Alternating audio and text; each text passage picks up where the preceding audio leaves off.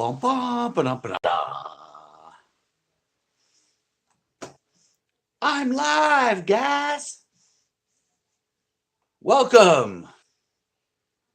Hello, nobody's on yet. Welcome.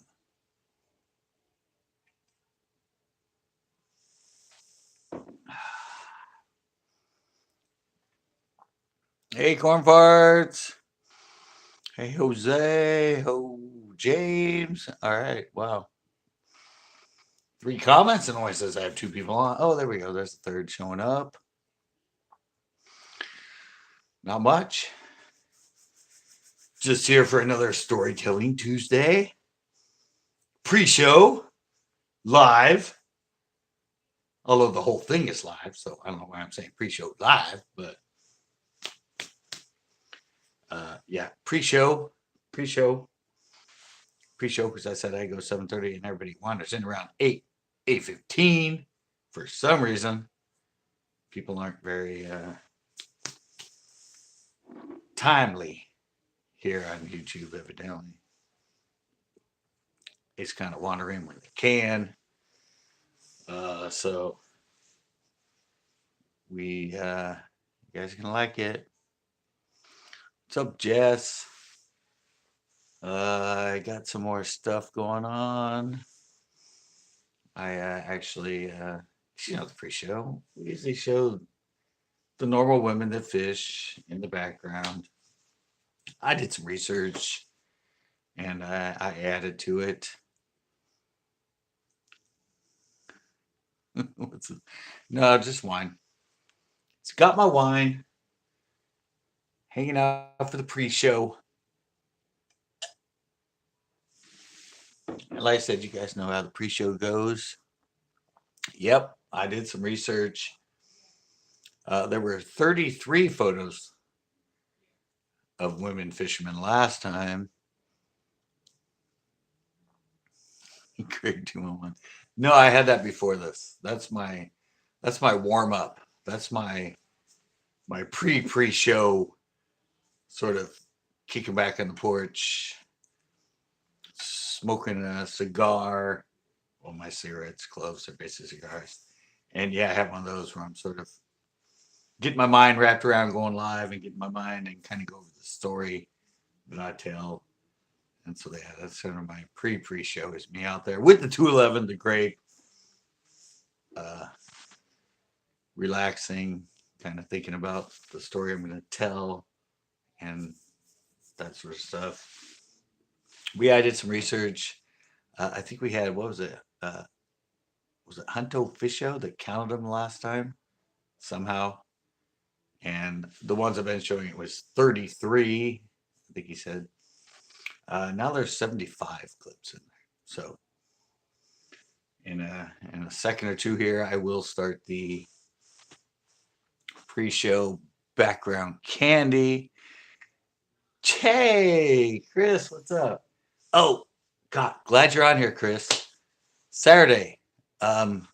What time am I supposed to be there?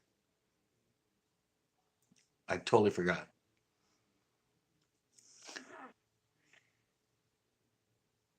Super Chris. No, I asked him a question, guys. I totally forgot. His email was a little vague. 9 a.m. 9 a.m. 9 a.m. Okay. All right, I'll try to keep a mental note of that. Yeah. Tell him what time I usually show up, Chris.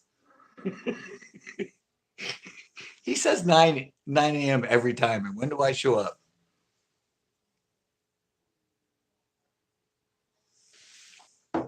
Should get a response here soon.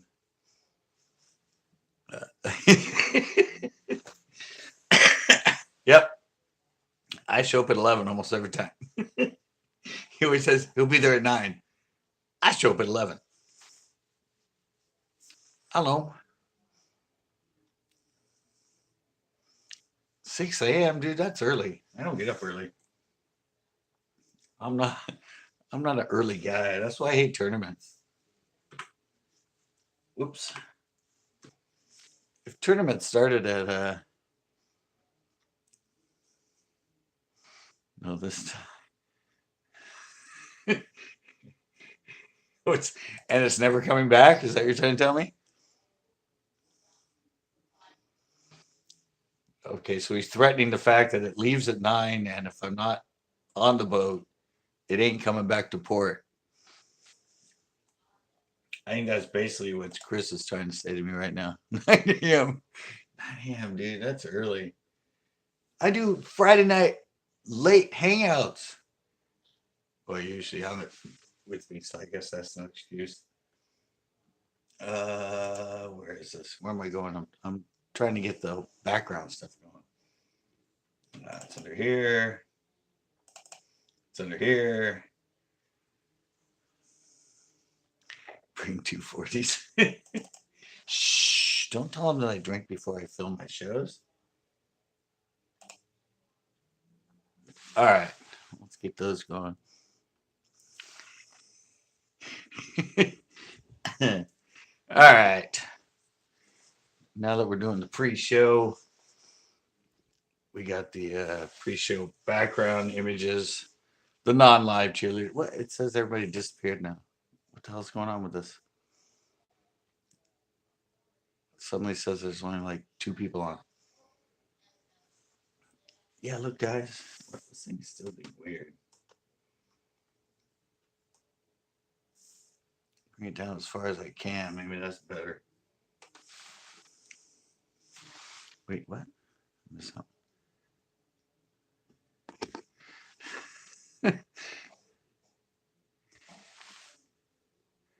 What up, farts? Well, I guess there's only 3 of us here. Oh, now it jumped back up to 6 again. See, that's funny. The second I put the women in the background, it jumps back up. It's like, what? Chicks in the background?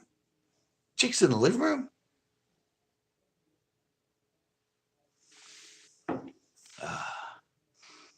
Yeah, I'm sure most of you don't care about me anymore. You're trying to figure out what new pictures are going to run in the background. Boom, I'm here. How come we have 6 of this and only 2 likes? Come on, guys. You guys are just using me. One of the things I kind of want to talk about before we get this stuff going is the whole subscriber thing that's going on YouTube.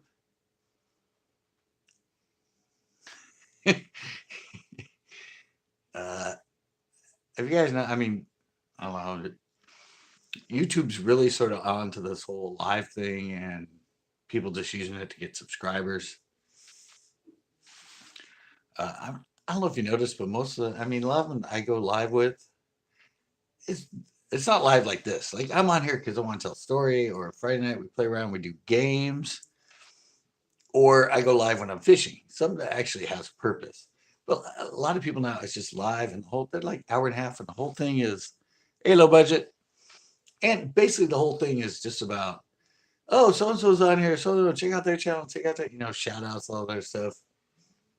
And I don't know, I just want to tell you guys that YouTube is on this whole thing.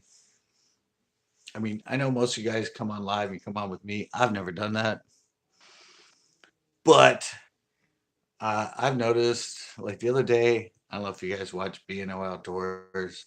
He goes live a lot. But I was on with him. It was on Saturday. I came on, I saw it was live. I came on and said, hey, what's up? I got to go to a wedding, but I just want to say, hey, I want to support you. You're on live. And he saw me and goes, hey, buddy, yeah, CCB's here. Check him out, blah, blah, blah, blah, blah. Sure enough, Saturday night, I have 12 more subscribers. I have 12 more subscribers. I went from 27 to 39. And I'm like, oh, okay. I mean, I wasn't expecting. I wasn't on there going, hey, promote me, whatever. I just came on because he comes on. He's been on here live. And he comments on some of my shows now. So as a courtesy and all that, yeah, I saw him. I just haven't. Well, that was on Saturday. Sunday. Empire. Yeah, so I said Saturday night I had 2,239 subscribers. Sunday, I suddenly had 2,236 subscribers. And today, which is now Tuesday when I checked it, I'm back down to 2,231. I had 2,227 when I said that to him. And then later that night, obviously the people that watched it thought that we're live. Boom, a big jump. And then YouTube. And they didn't really get this. They analyzed it, everything else, and boom. Pretty much all but, at this point, all but 3 of those subscribers completely went away. So it's kind of a heads up to people that are just going live to, I don't know, do shout outs and try to promote their channel and get stuff going and get lots of subscribers. YouTube's analytics are like right on top of it, and they're killing almost every subscriber you get from that sort of a live feed. Because, like I said, I watched it and they didn't even give enough time. It's like, yeah, the person subscribes, but I only uploaded, I went live on Sunday, upload on Monday, and now it's Tuesday. But by the time I checked this morning, 6 of those or 8 of those subs were gone. So it's not like they're going, okay, we got them from live feed. Let's wait and see if these people actually that subbed watch his show and what. I only had like 2 uploads since then. So they're just basically just looking at, okay, this is what they're doing. This is basically what this is about. Yeah, well, they started this whole analytic thing, and I did that little show on it, why you might lose your subscribers. They started December 13th and 14th of 2018. And yeah, it's a new, they want to go organically, learn to listen. Yeah, it's, like I said, when I went on to B&O Outdoor Night, and I just saw him on, I just want to say hey, because since I subscribed to him, he's been on here and he was on a couple of my late night lives or whatever. Like I said that he saw me and he shouted me out. I didn't ask for it. And boom, I saw this 12 subscriber increase by that night. And now pretty much all but 4 of them are gone. So it wasn't beneficial to me. But yeah, they're learning this. I mean, YouTube's they're getting this whole organic thing and wanting to go organically and everything else down. And it's just, I mean, they can analyze it in the background, everything, people's lives when it's called shout out, user or new sub thing or whatever. It picks all that up and they know. So when they see a bunch of subs come from something like that at the same time and all that, I mean, they're getting really good at it.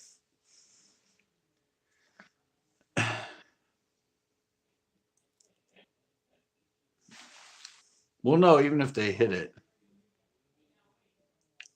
Yeah, but even if they, I love the way you're supposed to do it. You're supposed to get on, watch like 30 seconds of their video, then hit the subscribe button. And I mean, they try to have this formula that, but come on, it's YouTube. They've been around a while. They have tons of analytics running in the background. They know what everything's doing. They're not going to fall for that crap. They can tell. Like, oh, we watched 30 seconds of that, and then they don't see you watch another video or whatever else. But they're not even giving it that much time. Like I said, I uploaded one video and went live after that, and all of a sudden, all those subs just freaking disappeared. So they didn't even give it, time to see if they watched you. They just went, "These people aren't real."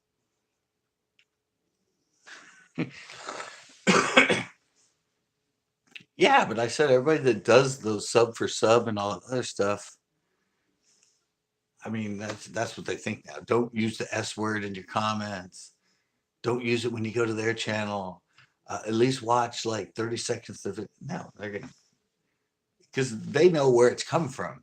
They know that there's a bunch of subs suddenly going out to other channels that are coming from those people that are on a live stream that's about shout outs and going. I mean, they know all that shit. They have the analytics. They know where it's coming from. And you have the people writing the code in the background and going, okay. And then, I mean, they're not stupid. They're YouTube. They know that all these people that they've allowed to go live are just using live to try and get more subs and all that. So it's I don't know. I don't know if they're actually going to eventually maybe take live away. Because remember, at first when I did live, it was for only people that had 10,000 more, or maybe 100,000 more subscribers, because they wanted people that actually did it as a business and created live that was quality in that too. And then they opened up to everybody. So I don't know, and everybody's all it's suddenly like the first year I've been doing it for a year now, and there weren't that many people going live.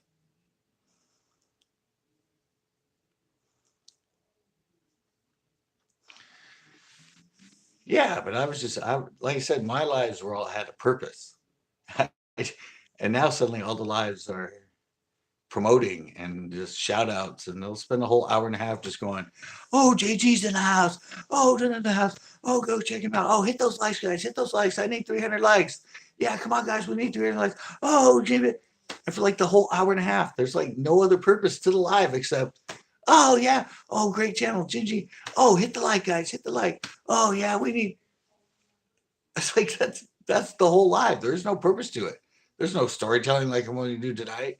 There's no fishing and showing it. There's no hanging out and Q&A and playing games. It's all now promoting other people's channels and everybody getting on and sub to them and sub to them and meet them and sub them. And it's just ludicrous. Live is meant to be here for this sort of reason where we're on here, we interact, and they don't even read their comments or anything. All they do is say, "Oh, so so's in the house. Oh, so so's in the house. Oh, I love him. Oh, yeah, he has a great channel." Oh. No interaction, no what live was meant to do, which was a direct interaction and Q&A and everything. Yeah, well, you had that issue last week, evidently, and I almost put something on here that said "Rattle Trap Fishing, we love you" or something like that. Because that was your issue, was it was all about promoting and not about interacting, going live, and talking to and all that stuff with your viewers. That's what I like about it. That's why I spend more of the time looking here for comments than I do. Well, not now, but when I'm fishing in that, I'm looking at the comments more.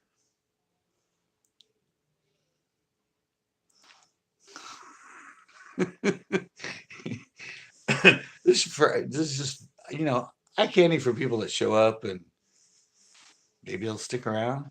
I don't know.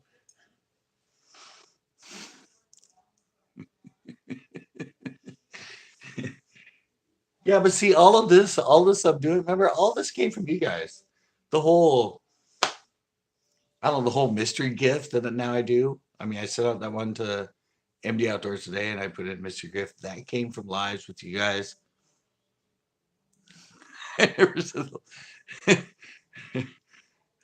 Was it, is that I don't even know if that's actually it. Is that it? Rattle Trap Fishing? Is that channel? I don't know. I just remember he came on here at the end and I had like some sort of freaking issue because his people were coming in here and spying. But yeah, anyway, remember that, and then the whole the quick little giveaway, me signing the Spice. Remember me giving away a Spice during the quick little giveaways and signing him and that. And even these pre-show with these images and everything came from you guys. So that's why I use this, because we're all like a CCP group think tank, and we come up with all this fun, nice shark, fun stuff that, and it all comes from when I'm on here and your guys' feedback and your guys' response. I mean, if you ever, I've never ever done a live that shout outs or anything like that. That's not me. That's not why I'm here. Yes, and we've won $2 million. So, thank you. I seem to think so.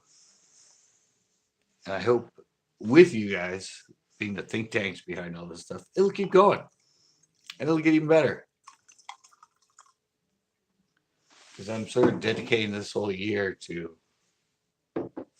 making it be all I do. I'm trying. I don't know what's going to happen. I don't know if we're going to have I don't know if I have enough saved up money to last the whole year, dedicating it and doing nothing but CCB, but I'm gonna try. I still got my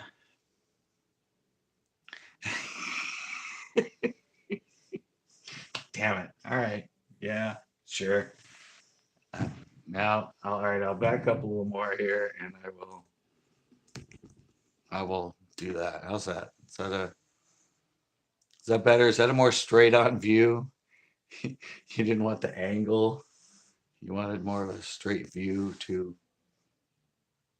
uh the girls there. I wish I could get this darker. It just won't go. I think I have it. Oh, well, that's as far as I can go.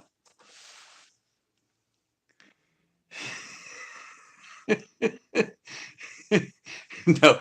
Oh, okay. All right. All right. Let me try and. Is this better? Is this better? Do I need to move the camera up and kind of zoom in closer on the screen?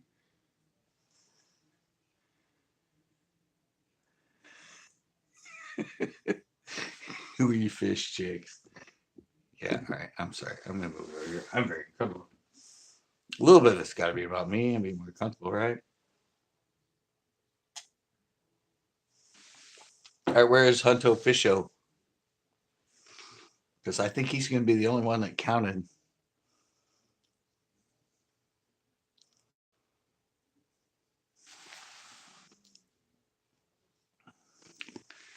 Yeah, that's what I said. This is it's. But I love B&O has it down, man. He gets so much money from his lives now through Super Chat. I was like amazed. I mean, I don't get. I mean, I get some from you guys once in a while, but I was on there the other day with him, and I wasn't even watching that long, and he made like 70, $80. And then I watched him a little bit before I went live at Pinto on Sunday, and in like the 2 or 3 minutes I watched him live before I went live, he made like $30. So I know he does regular videos. He does his hunting and trapping videos and stuff, and he does fishing videos. But his live shout out things are like making him some good money, and I don't blame him. I mean, people are willing to get on there and just give you $10 here, $20 here, all that. And of course, when they do it, they get highlighted above the comments. So if it's a shout out or that sort of video and all that, of course, you're trying to get people to your channel on that. So yeah, sure, give another guy $5, get highlighted, have more people see you, more people come to you. Fake people that probably don't even watch you anyway after that. But I was pretty impressed. I'm like, damn, that guy knows how to make some money. Yeah. Somebody said what? CCB the truth there? Of course. Oh, how many people have noticed different oh wait, I gotta watch my finger. Sorry, don't mean to. How many new fisher women do we have on our pre-show? That's what I was getting to when I said Hunter Fisher because he was counting them. uh, we started with 33. Not much. What's up? I was in Rasco Bassin. That's right.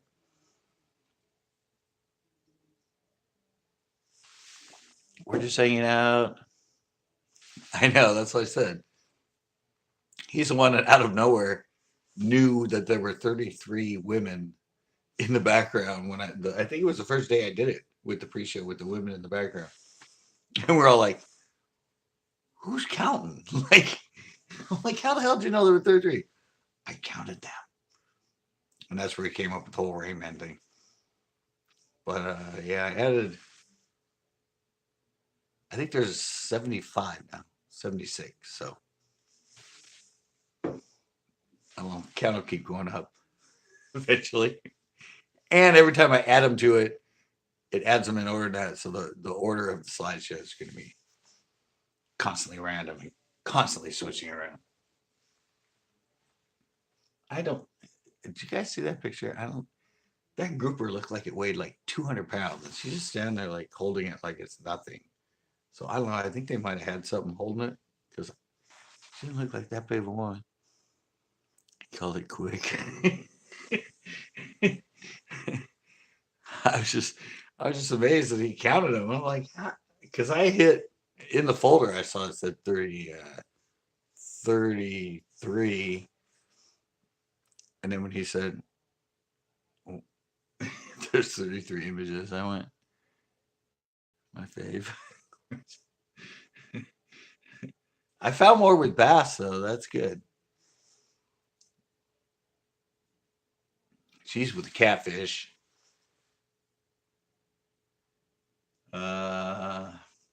She's a fly fisherman I would love to meet. Oh, these are two. You know, these ones are topless. Another thing I've noticed too is a lot of them are topless with the fish holding up.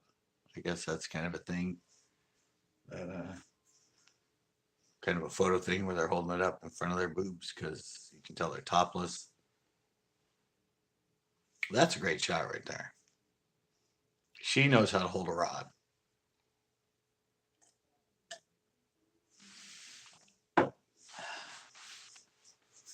Yeah, so it's one the pre-show and the clips in the background. It's gonna get better. It's gonna keep going.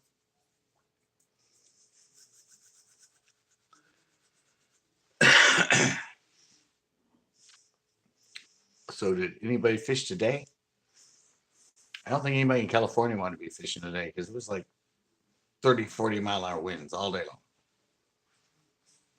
No wind, I mean, no rain, but I said that's kind of our habit. We have days of no wind, and suddenly it's like 40, 50-mile-an-hour winds.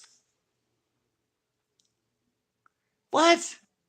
How in the hell was it calm in Modesto when it was white capped and blowing freaking 40 miles an hour here all day long? I mean, it was like breaking off tree branches and everything else. What, like, take a detour before it got to Modesto? I mean, I cannot. Wow, that's insane. I actually went fishing yesterday. I filmed a show at Albion Reservoir. First time I've been something. Is there like a big row of eucalyptus that blocks off Modesto? Yeah, I actually filmed yesterday at New Albany. So that's my first time over the hill to fish since they all filled up.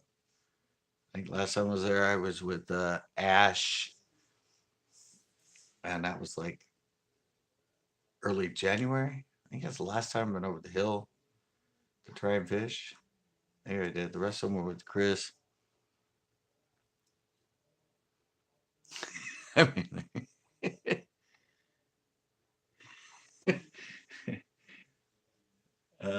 yeah. There's one of three fish, or three women together, all holding carp. I don't know if carp's a big background. And I'm not going to say anything, but actually, one of these slides in here, I don't know if you guys saw, I haven't seen the background. I haven't caught it yet, but there's actually a naked woman fishing in the background. There's one. The one of the three girls with the carp.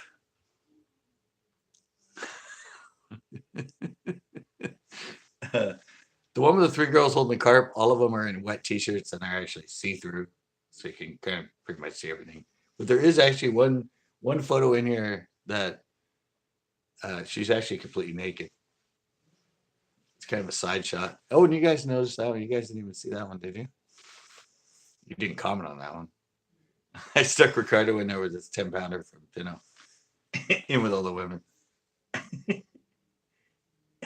I don't know if you guys noticed that one at all.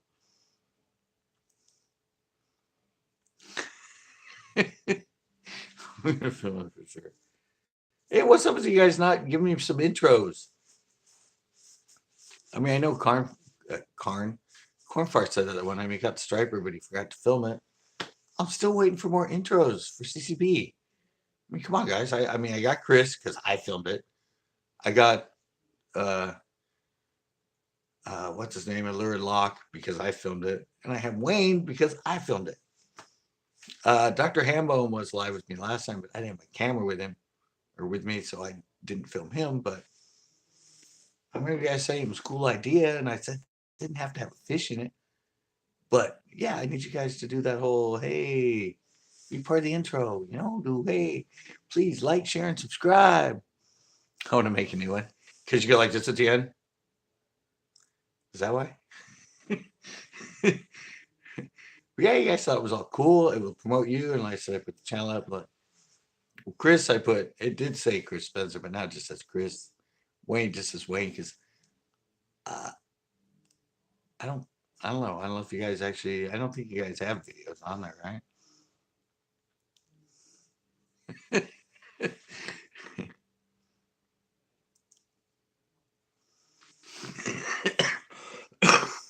Yeah, I actually want to have one on my show. That's one that I didn't film myself because I feel like I'm like, oh yeah, this would be great, and then it's like kind of I'm only doing ones that it's when they're with me. So I wanted ones that from people from all over the place and where else could do it. um, okay, guys, what is about the intros? You guys said you were going to do some intros for me, and I haven't seen them coming yet. You just got to do the hey, please like, share, and subscribe to CCB or something like that. Is this better? Are you paying attention now? Because I'm right in front of this.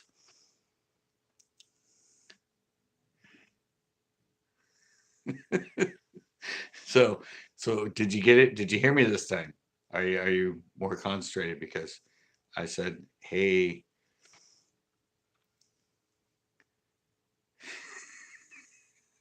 Now move. Okay, I guess. All right. See, I got. All right. That was a classic performance. I love that. Now move.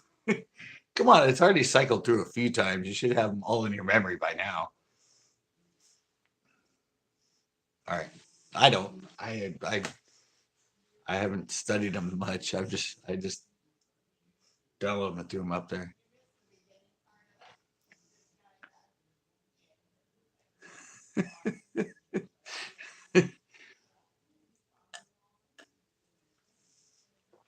VR, VR, the VR remain. All right, yeah. Oh, okay. You already know the cycle, so you were waiting for it. Has anybody seen it? I haven't seen it. I haven't noticed it in the background yet, but has anybody noticed the one that's actually completely naked? That's one of my favorites right there. But uh, I haven't seen it come up. I haven't, as I've been talking, and I'm not really concentrating behind me. But there is one photo in here where it's a side shot, but she is actually completely naked. It's kind of a far away shot. It's not a close up. But I thought maybe somebody might have spotted it when was that woman completely naked?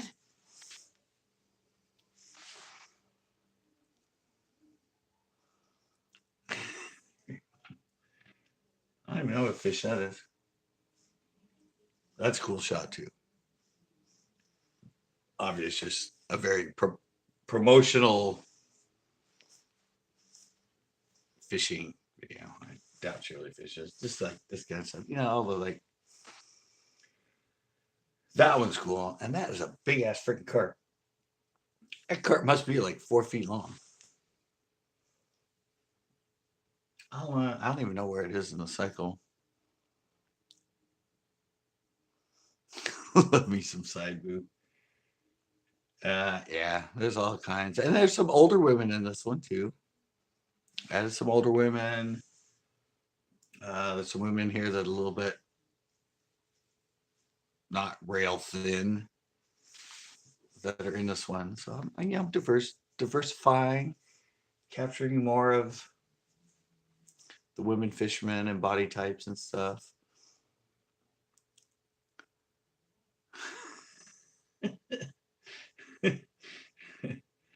That one's kind of cool. I like the sound of those two with the groupa, the hang with the groupa.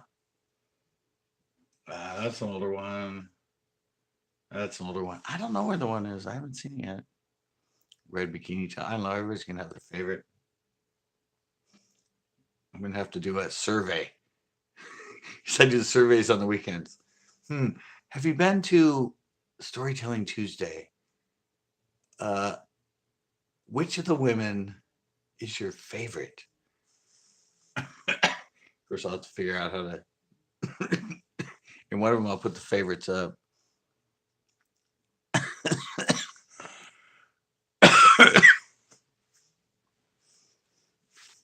That's a speckled trout, right?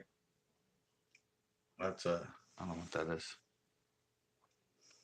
Oh, I still haven't seen the one where she's completely naked. I'm trying to watch for it, but she's actually she's fly fishing. It's one that's fly fishing. There's Ricardo, the oddball that shows up in the middle of the women. See, there's another one where she's topless. See, that's an older lady, probably in her late 40s or whatever. That one I really like. I don't know if it's just because of her curly hair. It's hard to see on here. It's kind of washed out. Yeah, that one. That's a nice one too. I have to re-edit some of these photos before I put them on here. I like the blonde. The blonde with the curly hair for some reason. This one too. I think she looks a lot like Paris Hilton. That's real fishing. Tell it's got the gaff right through it.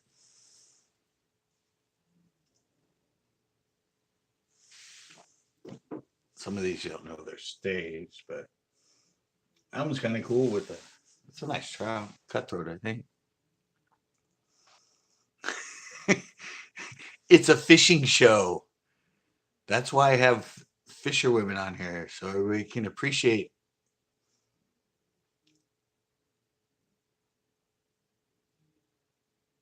I was waiting for one that had a fish in it, so I could.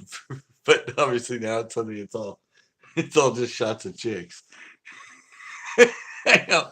I was trying to save it, but suddenly there was all these images.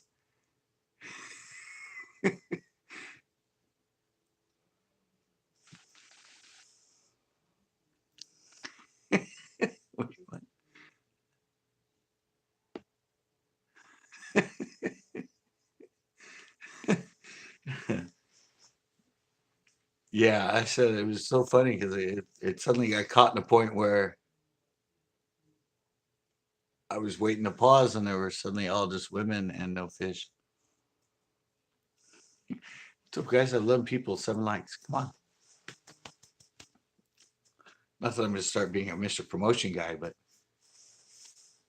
I know I always forget myself to like videos. I watch them and I always forget to like people. I leave a comment and I'll forget to like, but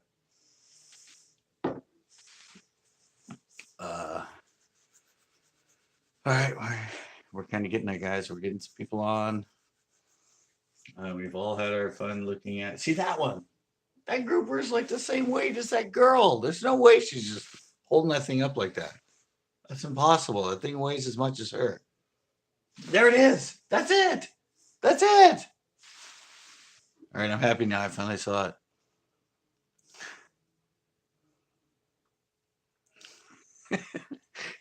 Yeah, Lois, you said they had nothing on you.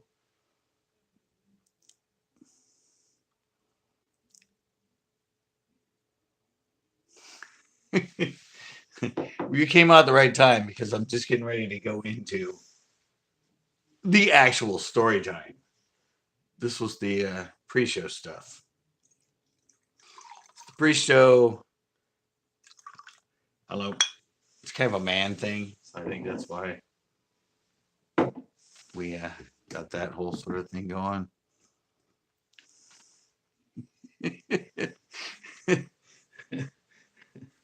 But it's almost it's there, guys. They're all jealous. Exactly. Well, I liked your comment last time. Remember when they were on, and I said, "Oh crap, Lois is on," and your comment was, "Them girls got nothing on me." So Yeah, and I say that too. They got none on you.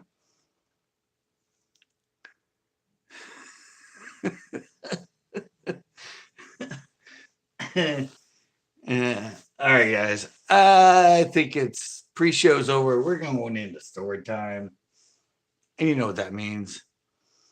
Exactly, Lois. And you know what that means as far as for now. As far as for now, uh, this is going off. For now, I gotta get back to where I need my fire. It's story time. We need the campground in the background. Hey, that rhymes. Background, campground, campfire in the background. Oh no, we gotta go to a fire. Storytelling Tuesday. We have to have gotta have the good fire going in the background. That's the way we roll here. I gotta hit repeat. I gotta hit full screen. Wait, what?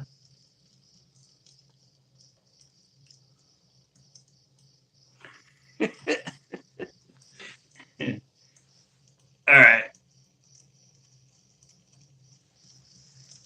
Oh, wait, I don't need to turn that up.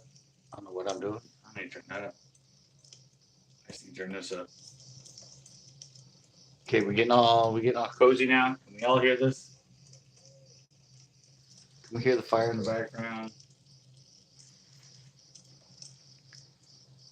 Is that better? Is that calm us down now?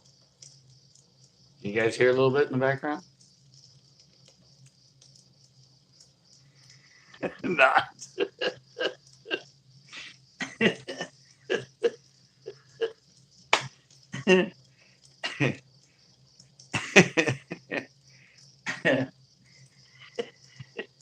I love Lois. It's so great she comes on with all of us men. All right, guys. I'm gonna start this one. This was actually the only tournament that I ever won.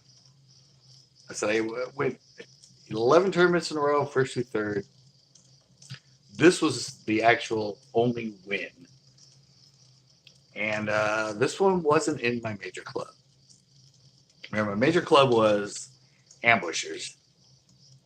I told you the whole story about Angle of the Year in second place, missing by 2 points and all that. Well, this one kind of has a backstory too. And the backstory was I don't know if you guys know Jared Lidner, if you heard the name Jared Lidner. He's actually now a Bassmaster Elite Pro, and he's like the one that always does all the tackle warehouse stuff. Well, at this time, and during this time, he wasn't in the Bassmasters yet. He was just doing local AVAs and local one bass and all the other stuff. And at the time, I didn't have the money to enter those one bass tournaments and everything. Him and uh, Leonard Sharpner or something like that, whoever his partner was, his one basser team. He was winning most of them or getting second most of them. And he was getting written up all the time because in our local paper they had all the tournament listings and everything. But Sharp was the last name of his partner. But anyway, they were doing good in that. It was like $200 to enter those. I didn't have the money. But he also fished in a club called Tri Valley. And I knew he fished it. And so I've been doing good in all the other ones. I have my friend Jason. He partnered with me in Gold Coast, which has some stories about those team tournaments too. But remember, I was an ambusher because it was single and you had a co-angler. But Tri Valley was actually partner. So I convinced my friend Jason. It was our last term in the year. It was in July. I convinced him that we should enter it. And my sole purpose was because I knew Jared was going to enter it, and I wanted to fish against him because I knew I could beat him. But I didn't have the money to compete against him in those bigger wombats because I was a starving artist with my own boutique at the time. And my friend Jason was actually self-employed 3D animator and everything, so he didn't make. So I convinced him. Uh, so we put our money in. We didn't pay for anything extra. We just paid the main. We had to pay since it was our last tournament of the year. Obviously, we had to pay to enter the club and everything else. So we entered, and one second. I don't know if you know anything about local clubs in California, and even major clubs, FLW. That's why they don't do anything from June, July, August until the later half of September. If you have a tournament past June 15th until I think September 15th, it has to be a dual weigh-in because they're worried about the warm temperatures and fish kill, fish not hanging out, not living in live well and everything because the water you're pumping through it is warmer, blah, blah, blah. So we get there, obviously, middle of July. And like I said, we came in, they didn't know who we were. We signed up, we joined their club, we paid the money, and boom, we're in. Hey, City Gate Hunting Fishing, you just came in right in time. I'm just getting into the story. So I think the way it was, like the fire. Yeah, we always do the fire during the storytelling. That's storytelling. So I think it was the breakdown was I think we launched at daylight, which is around 6:30. I think weigh-in was at the first weigh-in was at 12. It was either at 12 or it was at 11. And then since it was the last tournament, they had a big barbecue and everything. And then after that, we moved back out, and I think one or two or something, and we fished till like 6. So it's a split weigh-in. This club, since there's 2 people as partner, it's actually 6 fish limit, not 5. So like I said, we're there. Like I said, I convinced my friend to go. I'm like, come on, I want to fish against Jared. Fireside chat. Yeah, that's what we're about. You missed the Flaming Chicks. Yeah, we have a pre-show where it's women fishermen in the background. But so anyway, and my game plan, as usual, we hate the fire. Game plan, like I said, at this time, this was like early 2009. I wasn't a plastics guy. I didn't fish plastics. I was more of a surface lure and then high-speed cranking in the afternoon.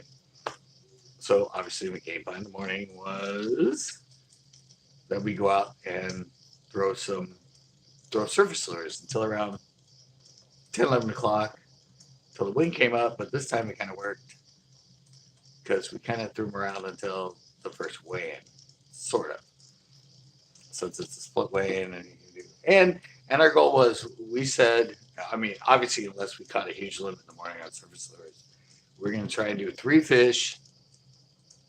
We're going to try and weigh like 3 fish before the first weigh-in, and then that would allow us to catch 3 fish in the second portion of it. Because, I don't know, my surface lure fishing, I would get some good fish, but my crankbait bite, which was more in the afternoon, which would have been the second half of it, was usually a much better bite. So we're going to play by ear, but we were planning to do 3 fish for the first half of the weigh-in and 3 fish for the second half of the weigh-in. And so we went out, and this is at Margarita Lake. It was my home lake. I spent like years and years on it, had a boat on it.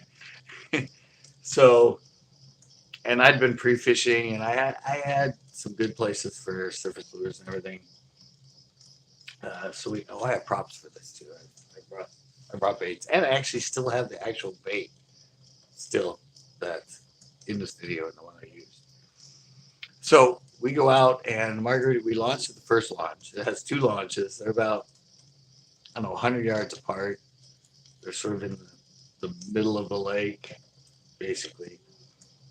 But my original plan and where I was getting a lot of fish was we launched for the first. I would go to right by the second launch.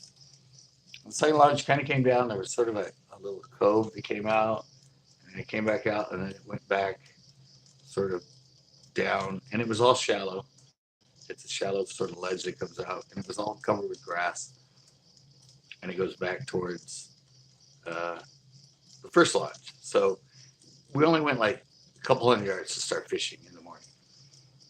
And my friend Jason, I had him set up with, well, it was his own, but he was fishing one of these. I said my favorite color, the Florida Bass Spook, actually a Super Spook, but he had this one, the big one. And I actually had the same one, but in the Super Spook Junior, because I've been doing Venlas and pre-practice. I've been catching a lot of fish on these.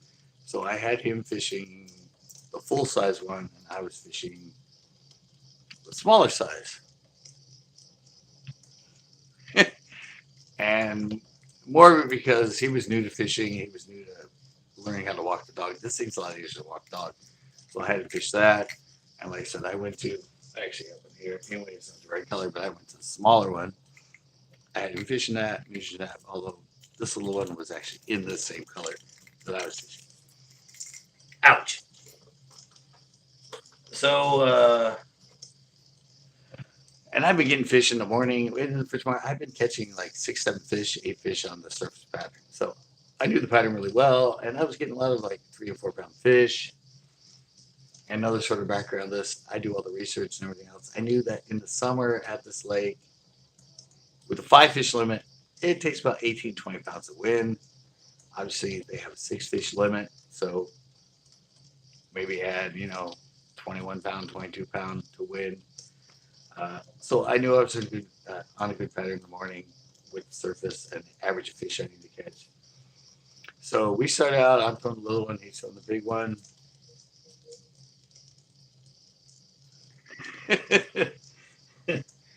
And so we go up to the thing and we start working along. It has a lot of grass. Grass is like 15 feet out. Edge of the grass is like 6 feet, whatever. But anyway, we're both working along. He's throwing the big one. I'm in the front of the boat. I'm throwing the little one. He's behind me. So the little one. We go. I don't know. We actually didn't even go that far. We only went. I don't know. We only fished for like 15 minutes or something. And usually in that spot where I first started, I always got a blow up or I always got a fish, and I got nothing. So I'm like, I don't know, right away, I'm like, okay, this is unusual. Every time I pre-fished, I've caught a fish right here, or at least had, or missed one. So it's a little bit different today. Something's different. So I told him to keep throwing the full-size food, and I actually switched to this actual bait here. Most of you probably haven't, you might not even know what this is. This is actually a spitting image. They don't make these anymore. They haven't made them, I don't know, quite a few times. This is actually one. It used to be a Hayden, but this is one of the ones that was actually the Excalibur. They switched it. And the funny thing about this lure is I found it at my local lake, or the local lake there, Laguna, hanging on a reed. When I was on my boat, I found it. So anyway, I had this, and you can see it's more of a flat side crank, or not crank, surface lure. But you can walk the dog with it, but it's like, it takes a lot of skills. Yeah, it walks the dog, but it's you have to be somebody that's walked the dog on a walking bait for years and years and years to learn how to actually get this thing to walk really well. But it kind of leans over. Sometimes it actually kind of pops all the way out of the water, and it's a totally different look. And since it's flat-sided, and that one is, well, every time I supposedly a bluegill better. So anyway, I stuck that on. I'm gonna wait. I'm gonna retie. You keep fishing that behind me. I'm gonna switch to a flat side in a bluegill. Maybe they switch to bluegill or whatever. I stick it on. I think second cast, boom, I nail a 3-pounder. And then we go a little bit further into this. At this time, we worked away and we're going into like the little cove. I nail another close to 3-pounder on it. he's like, dude, should I switch? Should I switch? I'm like, I don't know, just keep throwing what you're throwing. Let's just see how it goes. So I go in, we're going down the one side, and we go, yeah, boom, I catch a 5 1/4 on that spitting image. And the other funny thing is, at this time, there was one of the other competitors that was down from us that were coming up at us, and they were in close, and I think they were like punching the grass or whatever. So we're going out, and so they see me catch those 2 good 3 pounders, and they see me catch the 5. And I'm kind of coming out of the cove, and I have to go around, and they're coming kind of up to the cove. And so I go, you guys are cool, you guys are cool. You're flipping the grass. We're kind of out from it. I'll go out and around you. And so they keep coming up. And like I said, this is our first time tournament. So none of the people I'm fishing against, none of the people in the boats. I mean, Jared I knew, but I didn't really know him. But so we don't know anybody fishing. So I go out, and as we're going out, Jason's like, I found a spitting image. I have one. He actually had one in.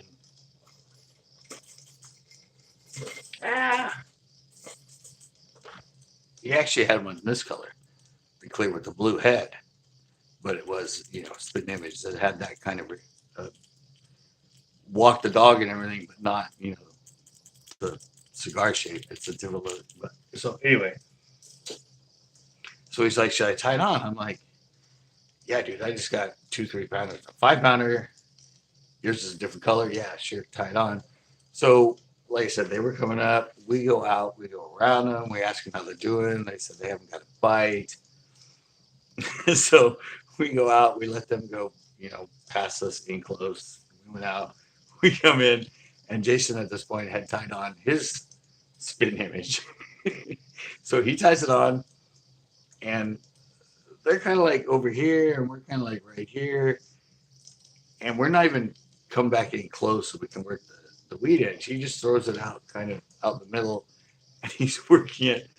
And all of a sudden, boom, another like 2.5 3 pounder hits his spitting image, and he hooks it, and those 2 guys like turn to look at us, and so he brings it in. I don't know if it helped. I don't think it helped between the 3 we already had. So we throw it back, and then all of a sudden we hear those 2 guys, and they're like arguing like crazy. They're like going, dude, what the fuck? You said you had a pattern, this and that. We just watched these guys. And so we, I don't know where we started this whole like dispute between these 2 partners, because I said it's a partner event, so they're in it together. Yeah, and they're like, we just hear them. We were like, I don't know, like 40, 50 feet away from them. We hear them like suddenly the guy, we hear them like open their tackle box and trying to look for stuff. So it was just kind of really funny. It was just kind of insult to injury that they were coming up on us, and I got those 3. And then suddenly Jason catches one in the water they just passed. Anyway, it was actually behind their boat, because they were focusing and trying to pitch into or punch the grass, but the fish were on the way. So anyway, so we have that. We have those fish. And I said I want to do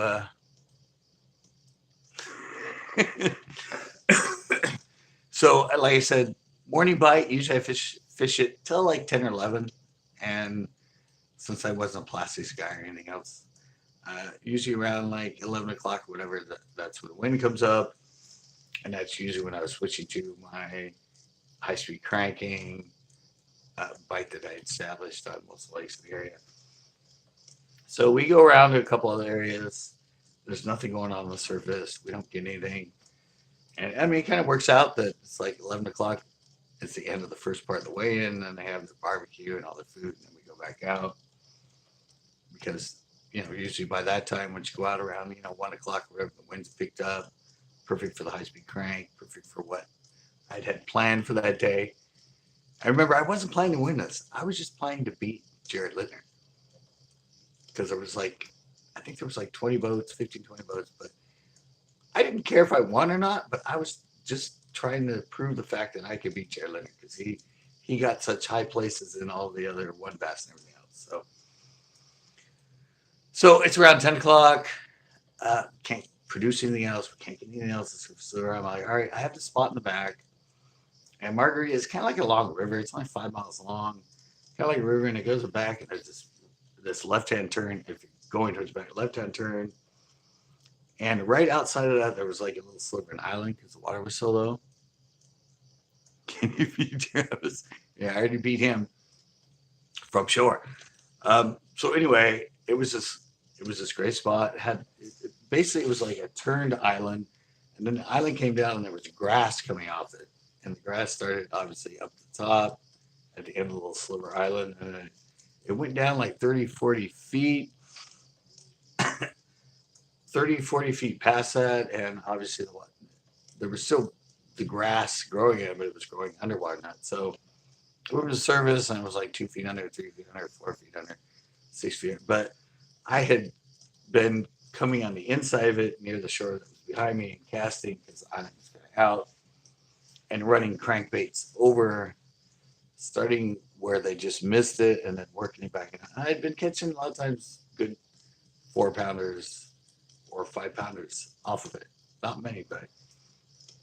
And so it's almost close to the first weigh-in, the first weigh-in basically before they had their barbecue and everything. So I'm like, all right, let's go through some cranks, but I have one spot. I'm gonna go back there, and we got a little bit of time. Let me throw it up and down it for like 20 minutes, 30 minutes, and see if I can get one. Because if there's one on it, there's not many, but if there's a fish on it, it's a good fish. So we go up there. I think I had the Norman, the little end, the bigger one, the 2.5. I think I had the Labrador Shad. I started shallower, and I started working it, and I kept working it out and out. All of a sudden, bam, big fish hits it, starts shaking out drag. I'm like, get the net, get the net. This is a good one. I told you I've been getting good ones all week in pre-practice and that. And so I'm fighting it. I bring it around. I have to bring it around the backside because of where it went. It's definitely an over 5 fish. I went 5.25, 5.5. And Jason puts the net in the water, and he puts it in the water, but he puts it just like almost horizontal, like not deep down. And it's only like that much. And the fish is actually barely hooked. It's hooked by the back hook, a little bit in the lip.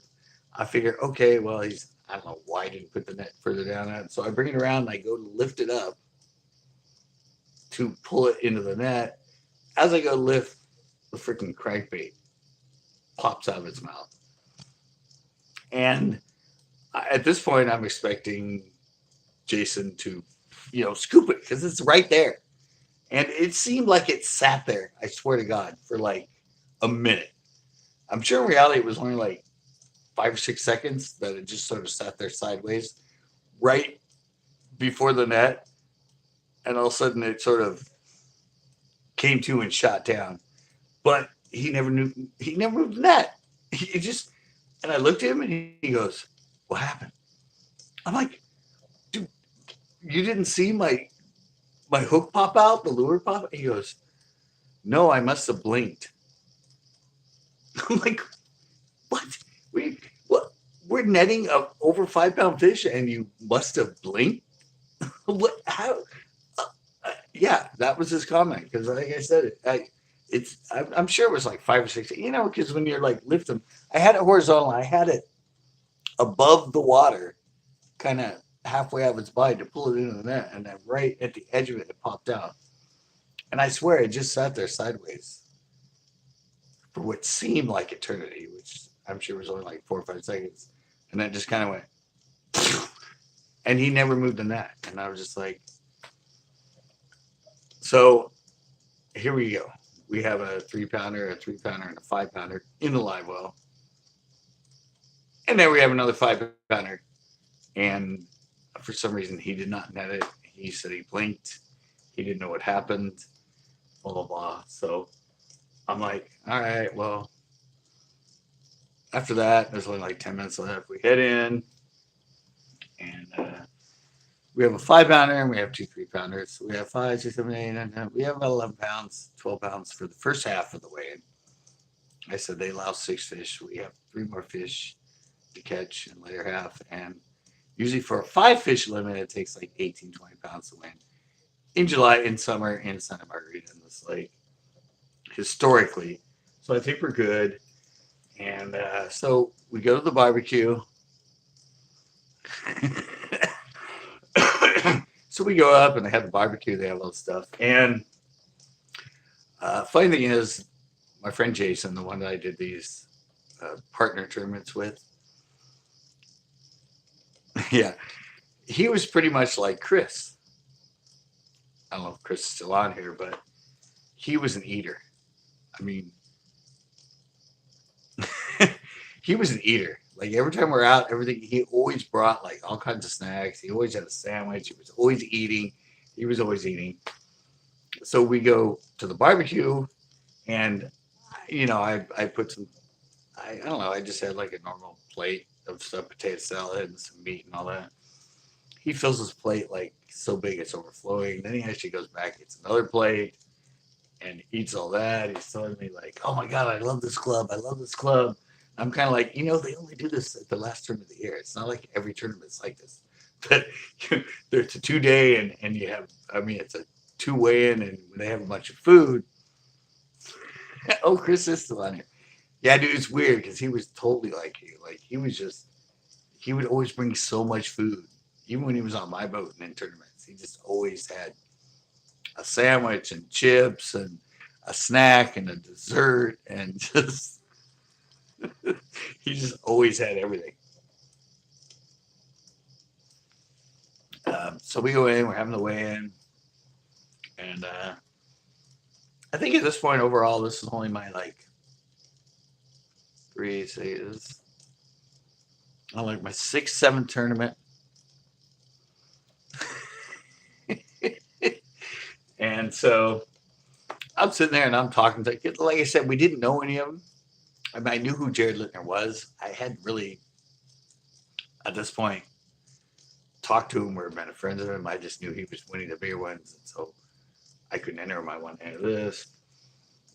And so I'm talking, there was an old man there. Well, old man. I don't know. I'm 52, but I'm assuming, I mean, at this point, he was probably in the 60s. And we started talking about something. He starts telling me how hard it is to win a tournament, how he'd been doing tournaments for 20 years. And he hadn't ever won one yet. He'd gotten close, but he's usually, it's just really hard. It has to be perfect. You have to land every fish. You have to do all this other stuff. And I'm like, oh, yeah, well, I've only been in it for like less than a year. I've gotten a couple seconds and thirds, and I'm doing pretty good. And he goes, yeah, well, I've had a few seconds, but it has to be perfect. It has to be perfect. And I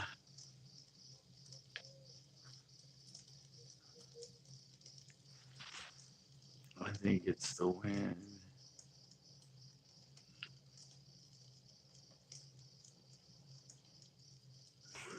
All right, Lois. Although it might be part of mine might be that I'm over my limit as far as my data, but I don't.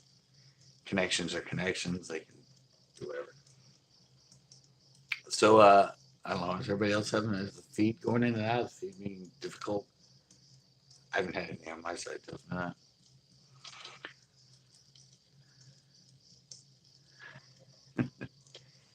What?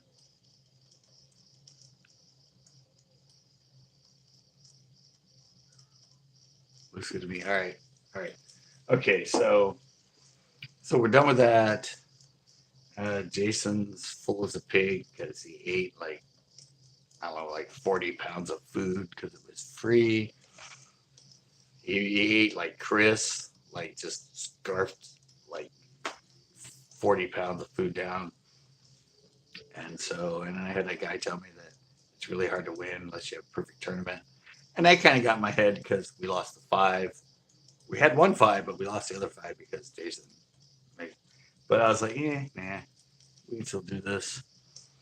Um, second half, history, California, everything else. Usually after around 11 or so. We're usually around 11 or so, all that, the wind picks up. That's why I was doing the high speed crank and everything. So we launched again at I think 1, and I think it was 6 o'clock was the weigh-in for the second half. We already weighed 3 fish, so we can weigh 3 more fish. So we go out, and the second tournament in a row that I think the other one was Nasi, where some fluke and for some reason the wind did not come up. I mean, it was actually, it just suddenly was glass, which kills a freaking crankbait bite and a shallow square bill crankbait, especially like in August, in the middle of summer.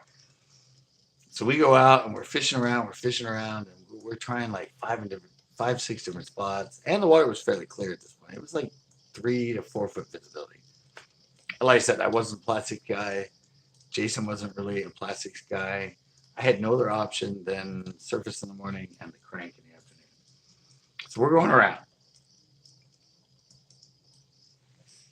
And we're fishing everywhere we can. And we keep running sort of towards the dam and then back to the dam and then sort of hitting everywhere we can. And we can't get anything.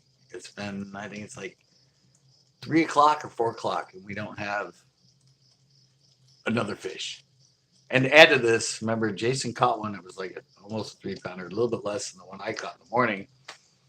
And we decided not to weigh it because we're only going to weigh 3. So we could have had 4 fish weighed. And one of it was a pretty good fish, but we were expecting a really good crankbait bite. So we're like freaking out. And finally, we hit this one spot, and I think Jason caught one. He caught one that was about, I think it was about 1.5 pounds. Wasn't that big. It was 1.5 pounds. It was a little bit further down from where I caught that 5 pounder more than the one where I was using the crank on that island. Caught it there. He catches that one. I'm like, all right, let me go back. Because we hadn't actually touched that island since the one I caught in the morning. We've been working all kinds of different areas. So I'm like, all right, it's about time. We only have a couple hours left. Let me go back and try to crank a little island and that weed line that goes down.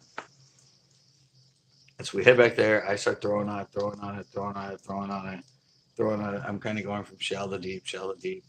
It was like 15 minutes or more that I was casting it. And he was casting kind of around other areas. He's like, dude, there's nothing here. We got to go. We don't have much time. We need to go find some big fish. I'm like, dude, just calm down. Let me just give this another like 5.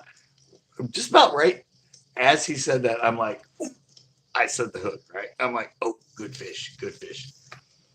We bring it around, we bring it in. It's a 4.5 pounder. So he's like, oh, dude, yeah, we need to keep fishing this. I'm all, noted, I've been pre-practicing on this. There's fish that come up on it. And if a fish does come up on it, it's a good fish. But there's not a lot of them on there.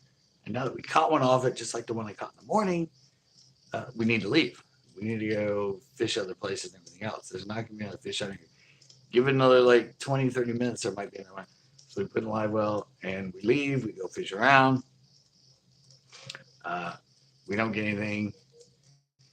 He's throwing some, I mean, we're going through it with our cranks. We hit a bunch of the spots. Suddenly there's about, I think it's like 5:15, 5:20. And I go, all right, it's starting to get evening. We don't have much time. Second weight's at 6. Let's go hit up that point again. It's like, we give it like 30 minutes or whatever. So I go back and I start doing the same thing. I start casting up and down it. And again, it's getting into around the 15-minute mark and that. And Jason's like, dude, we gotta go. They're not here. We gotta go somewhere else. We gotta find another big fish. And again, right about the time he starts saying that to me, I hook up again. And it's a big fish. It starts taking drag. I get in. It's another 4.5 pounder. So basically at this point, I had a 5.5, around a 5.5 in the morning, and now it's produced 2 4.5 pounders in the later half or the second half of the thing. So it's really good fish. And he's like, and at this point, I'm like kind of thinking, as far as my average and knowing what it takes to win 6 fish, I'm thinking, all right, we're at about 20 pounds right now because we had my two 4.5s to go with the morning fish. Plus, we had his like pound and a halfer.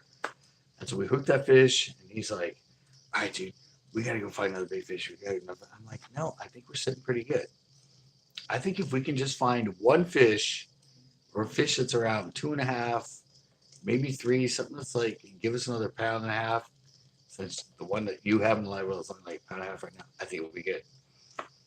He's like, all right, I'm like, dude, we don't have much time. We have like 20 minutes.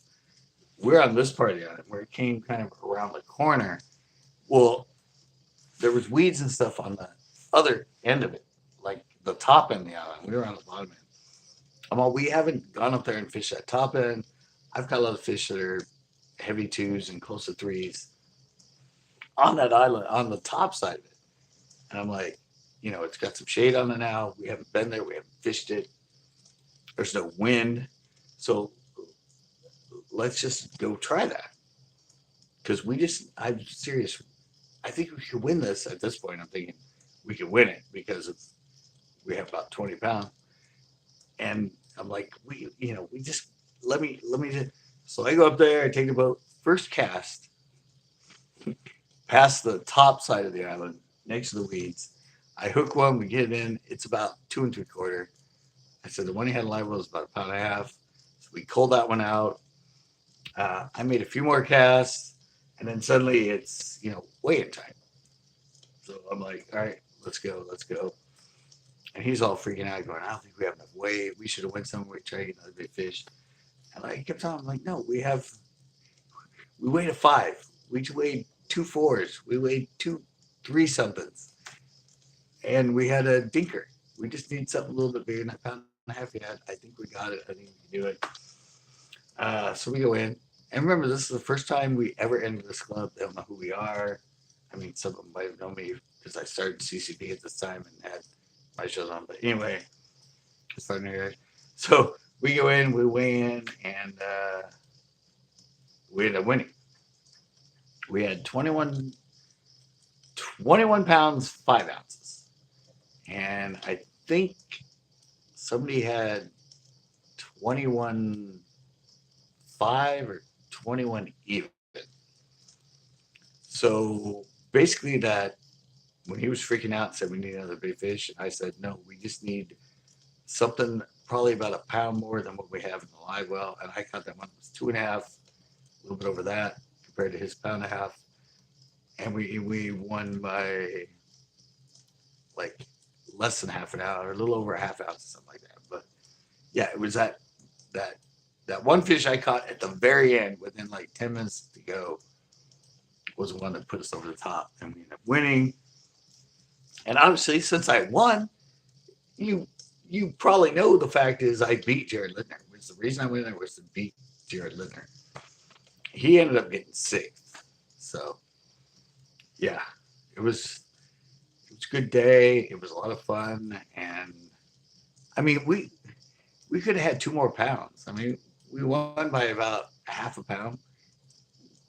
We could have won by like 2.5 pounds because that one 5-pounder in the morning would have replaced a 3-pounder in the live well.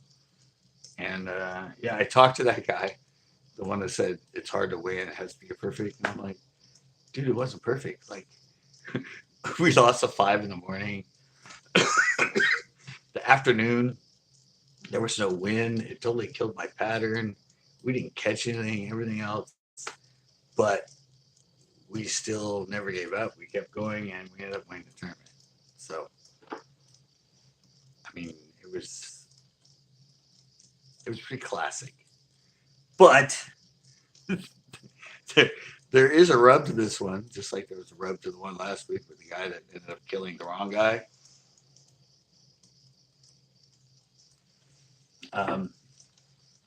They always have the write-ups in the paper about the tournaments and everything else, and they usually only do the first like 5 placement people and everything else, as far as who they write about, like team of so and so or so and so, and then after that they don't. Well, since they got first, they did a write-up, and well, evidently in the beginning of it, they asked me and Jason if we wanted to each put in $5 for some sort of winner take all thing or something. And like I said, we're both on a budget. We could barely afford to enter it at just the money with no bonuses or no. So we said no.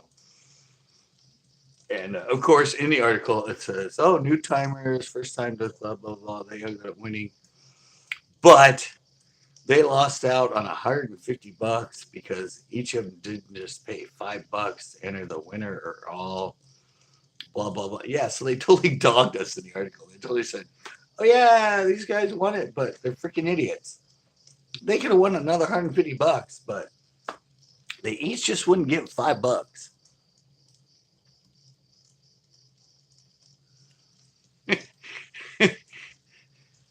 No, it said the team of Scott Kawa and Jason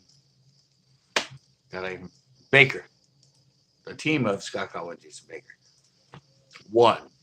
Yeah, and then they had to do that dig that, but they lost out on $150 because they didn't just pay $5 extra to enter the blah blah blah. Because I don't know, we paid it. I think that was the only option they had in their club.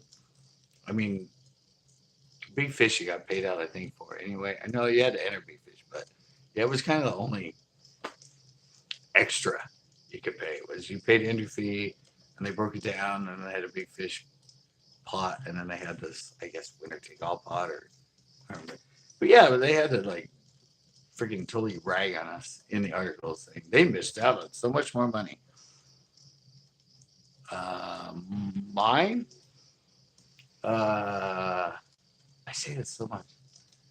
I need to embroider it on my jacket. My PB is 9.5. Or have it on my hat.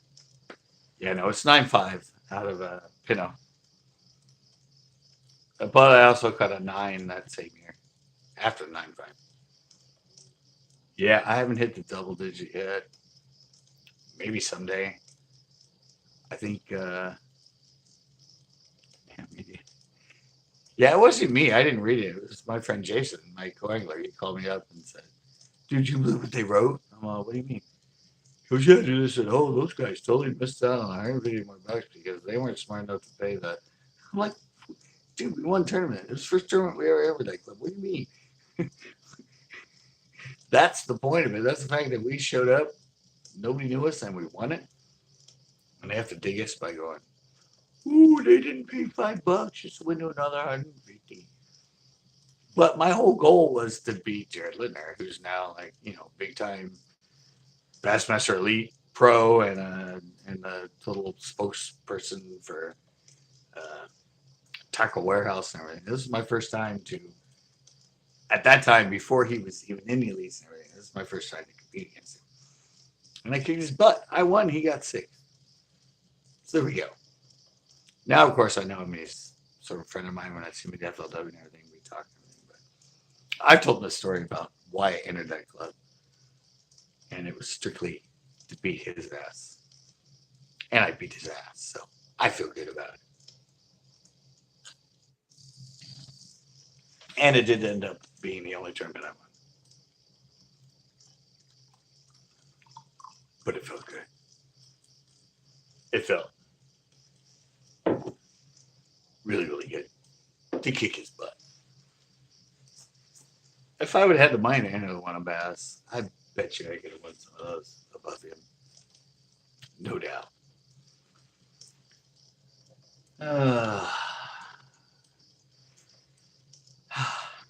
Feel good I got that off my chest, guys. It took me about, 45 minutes to tell that story? I'm like red. I'm all red from the heat of this.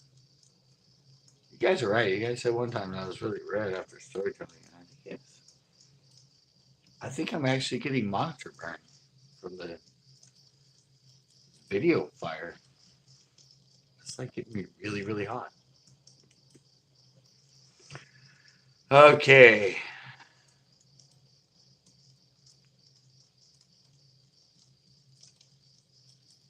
Yeah, exactly.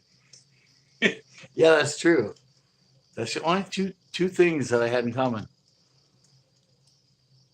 with Chris and my friend Jason, where they both like to eat a lot. And yeah, we just need to find some place that his canoe will actually be allowed to fish.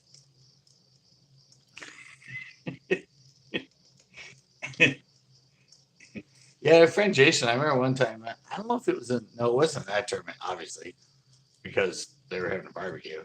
So he knew he was getting free food. But I don't know, it was one of the tournaments that I had with him. And I don't know, I was fishing along and all of a sudden I heard a paper bag and crinkling. And all of a sudden I turn around and he's sitting in the passenger seat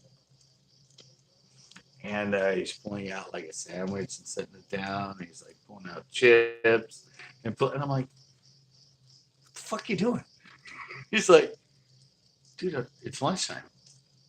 I'm like, we're in a tournament. What do you mean?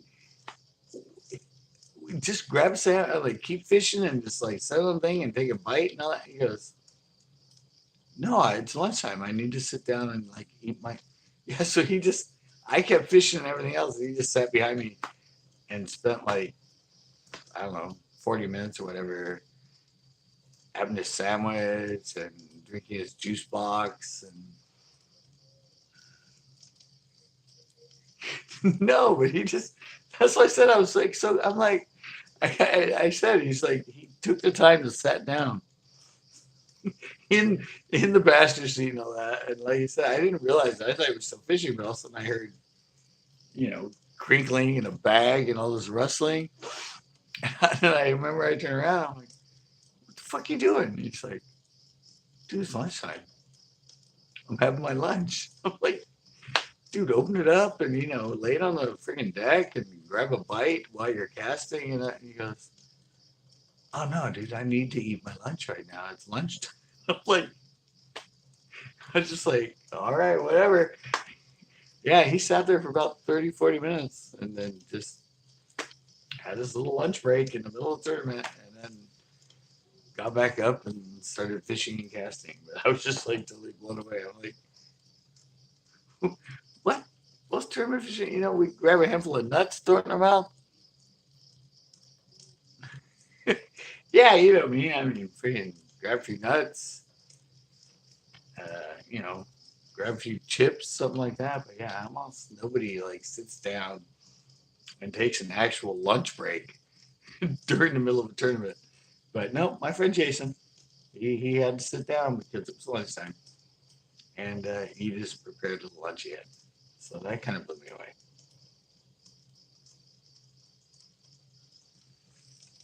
But it didn't really matter. I mean, he'd only been fishing about a year. A lot of what he learned was from me, and no offense, but I just kind of used him because Gold Coast and Tri Valley were team clubs, so I needed somebody to be on the back of the boat. So he was just sort of a prop or a dummy, but he did provide fish in a lot of tournaments and that. So, but yeah, I just couldn't believe that. I mean, I think that was one of the first ones. I think it might. Yeah, I think it might have been the first one we fished together as a team for Gold Coast. Was the one where he just pulled out the lunch, did that whole thing. I was just like, really? Well, do you do that when you're single in the ambushers? Because he's the one that fished the ambushers. So I guess he did that too. Like he would fish by himself in the tournament, and he would take like an hour, 45 minutes off to just dock his boat on shore and sit and eat. So he had a different concept of tournament fishing than I did. But anyway, the one I just told you about, we actually won it. I don't even remember how much we won.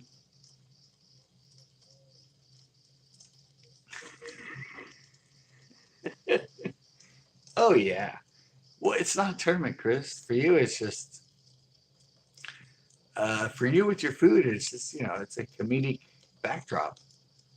But you plan it. You've done it yourself. You told me that. Chris is like, "Oh, this is perfect. I'm eating. So we've kind of made it sort of an ongoing thing.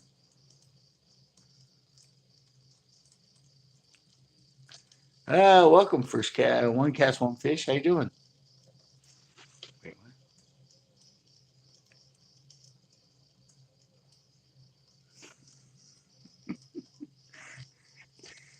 No, I lie. I don't know. Okay, um, here's kind of the way I can sum it down as far as tournaments and how it is like eating and that sort of thing during a tournament. Um, my friend Joe Ariba Jr. and his sister Rachel fish the FLWs. Rachel fishes it, obviously as Coingler, and Joe's the pro. But I remember one time one pro had Rachel the boat in that, and I remember him coming up to Joe Ariba Jr. going, "Dude, your freaking sister's a real deal. Like she never stopped the whole day. She never ate anything. She was just fishing and fishing and fishing. Like she is like a tournament freaking god. She's like doesn't yeah, but that kind of sums it up.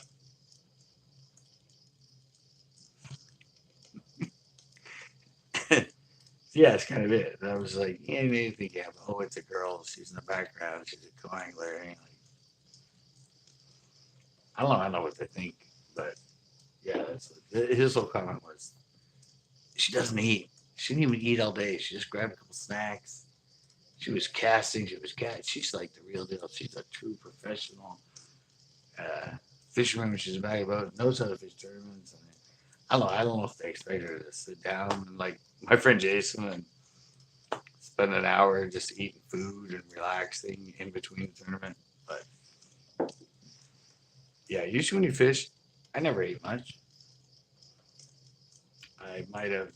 I just said, you just take some nuts with me or bag of chips, something like that. But yeah, in 8 hours of fishing tournament, I never ate. I was just constantly casting and casting and casting and casting, running around doing things. You don't have time to eat. That's my thought. No time to eat.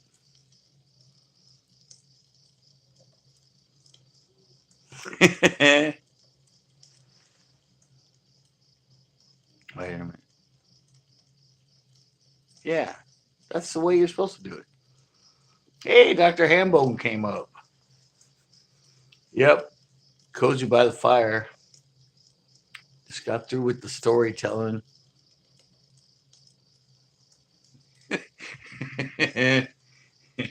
Yeah, yeah. Chris and my friend Jeff. Chris and my friend Jeff are really good at throwing out a weightless Senko and letting it just sit out there while they eat and leave me to like catch their line while I'm catching a fish. Good call, Chris.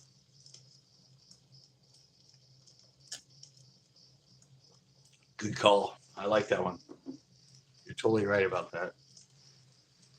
It's happened, definitely happened twice during my shows. But they just throw out, let it sit, and start eating.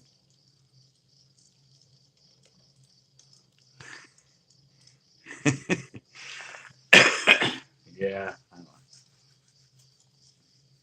Uh, so, almost storytelling's over, guys. Do you think the background should change?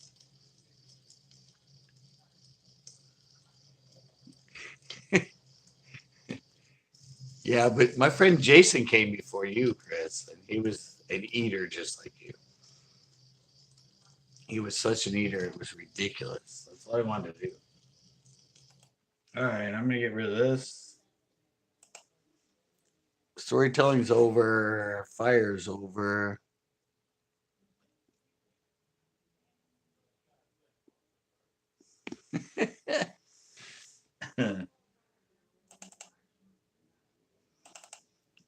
uh, we're gonna go back to that in the background now. Storytelling's over. Thank everybody that Get him with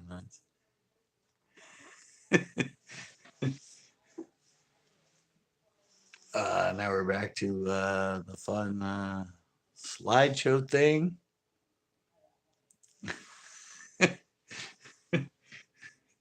Yeah, Dr. Hambone, you weren't here earlier. This is kind of, I mean, this is how it starts out for the pre. Then we go to storytelling, and then usually, for some reason, and I don't know why, everybody always wants the fishing women back in the background. So this is kind of how the storytelling goes. It goes from the chicks for the pre-show to the story to the chicks in the post-show. This is post-show chicks right here. But we added a bunch more for you, Dr. Hambo.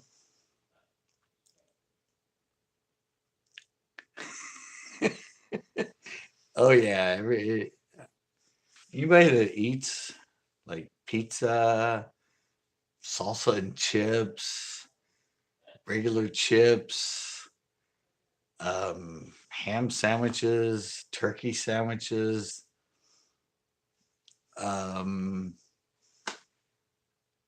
I don't know, anything. Anybody that just gorges on anything while you're fishing, think of Chris while you do it because he's had a history of doing that in the shows I've done with him. From my, it just he's always eating behind me.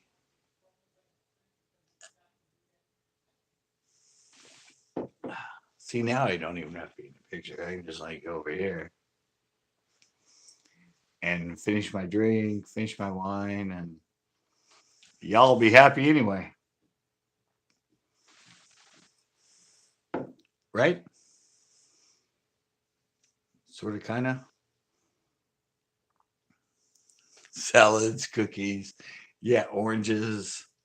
Luckily, he's never had a banana in the boat, but yeah, there's been oranges, there's been salads, there's been, yeah, all kinds of stuff that he ends up throwing into the thing. Any elephant throws like the old lettuce and all the stuff into the water. So if you go back, I don't mention it and don't bring it to light, but trail mix, yeah, you'll there's always stuff floating around the boat when I'm doing a show with him, and I brought it to light about the orange peels. And that one time I started beating one and stuff, but I'm sure if you went back and looked at a lot of shows that me and Chris make on his boat, there's gonna be a lot of food floating around that I haven't brought to light while we're there, but that end up floating around. Yeah.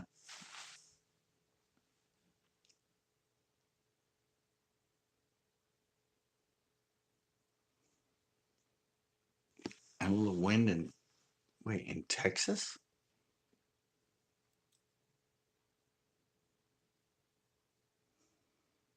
I don't know. I don't know if you watch uh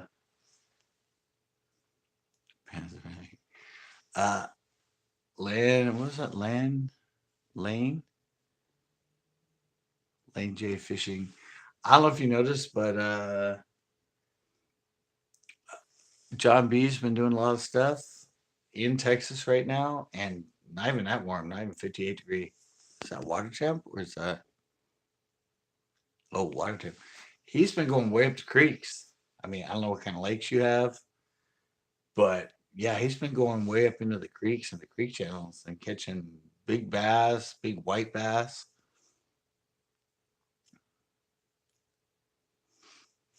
Oh yeah, I didn't fish today. I'm gonna try and fish today. I knew it was gonna be 34-mile-an-hour winds. Yeah, but no, in Texas, yeah, he was doing a jig, he was doing a squirrel crank. But yeah, try and go up the creeks. He was like, I don't know what you're fishing. I don't know if you're pond fishing or if you're actually lake fishing. But if you watch John B, he's been going way up the lakes. All right, Chris. What? Wait, but Saturday again. What time do I need to be there on Saturday? Sorry, I have a bad memory.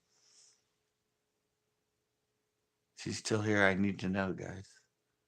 I think it's 11. I'm supposed to be there. 9.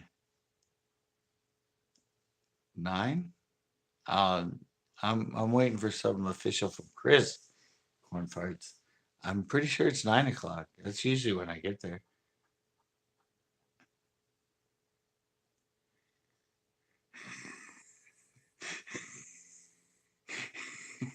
Yeah, but I do late night Friday nights live, so and you're usually there with me. I mean, how are we both going to be able to do Friday Night Live late night and be there at 9 in the morning? That's kind of crippling us both. Damn, that's a nice. Sorry, never mind. I just caught it in the footage.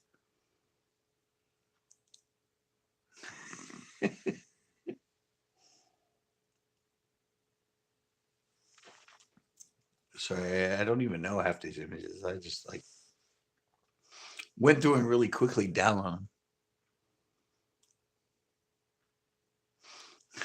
them.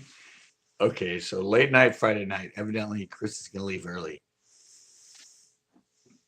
and he's gonna leave me hang out to dry because he's gonna be like, "Oh, I told you to go to bed, but we have our late night Friday night, and that's like 9 o'clock. Usually goes to like 11. So I don't know. Anyway, he wants me to be there at 9 a.m. But I don't like. I mean, I go there and usually I hang out with him, and I have like a beer or two before we start fishing. I don't want to start drinking at 9. That's early. And somebody else, who was on here? Somebody said, bring 240s. Yeah, that'll be really good.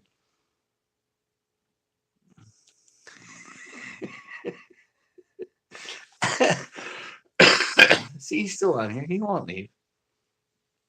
He pretends to leave, but he's still on here.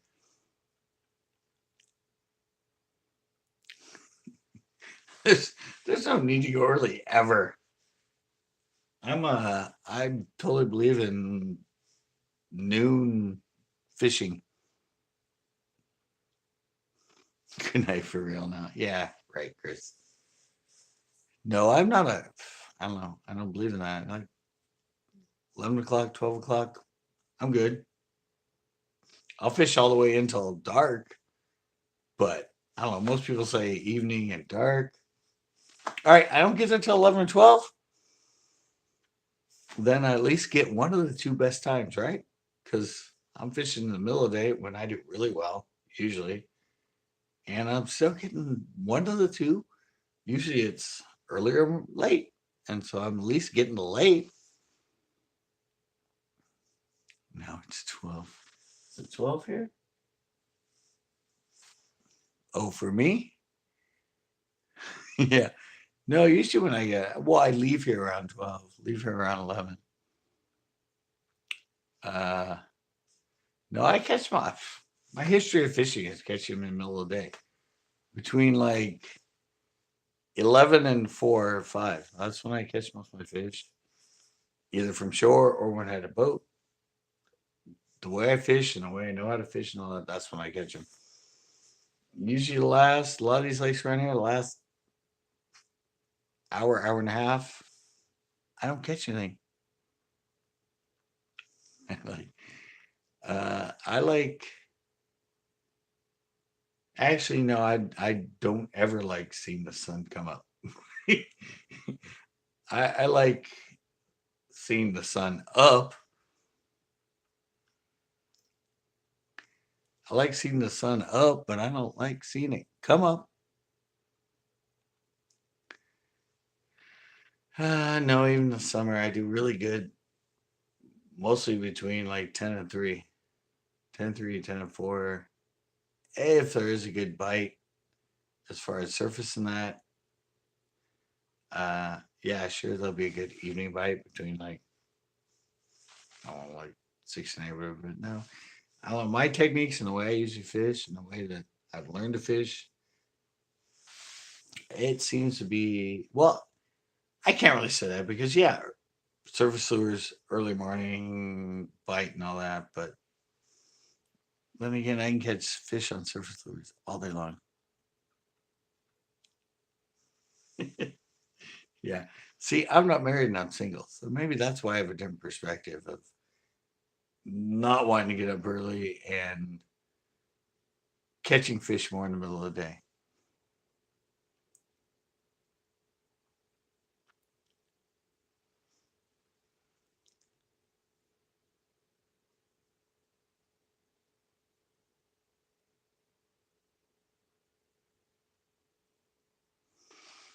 Uh, yeah, I don't know.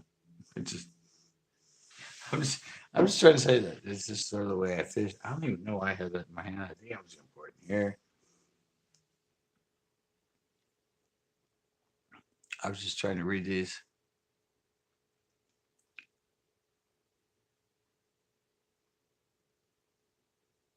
Man, I mean, yeah, I know there's a light, but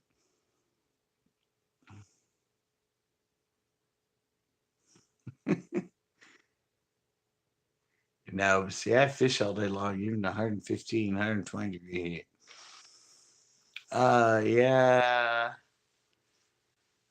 Well, I don't know the low light thing, yeah, but you gotta remember that in the middle of the day when you get a lot of the wind and the wind cutting across it and all the chop and everything, it also cuts the light down.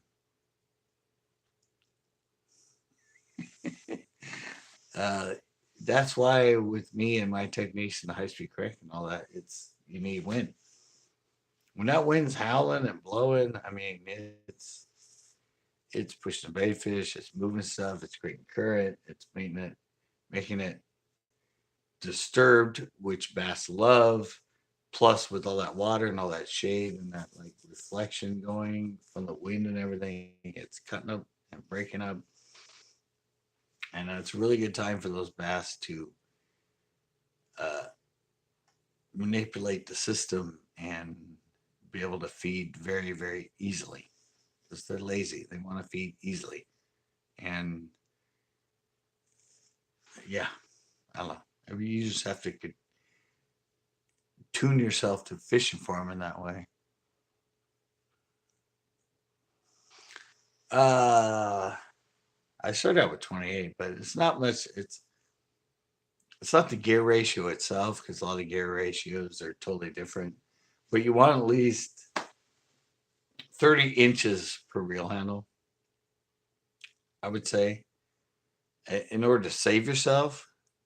Because I used to use, well, it was 6.5 to 1, 7 to 1, whatever, but it was only, I think, 28 inches per reel handle.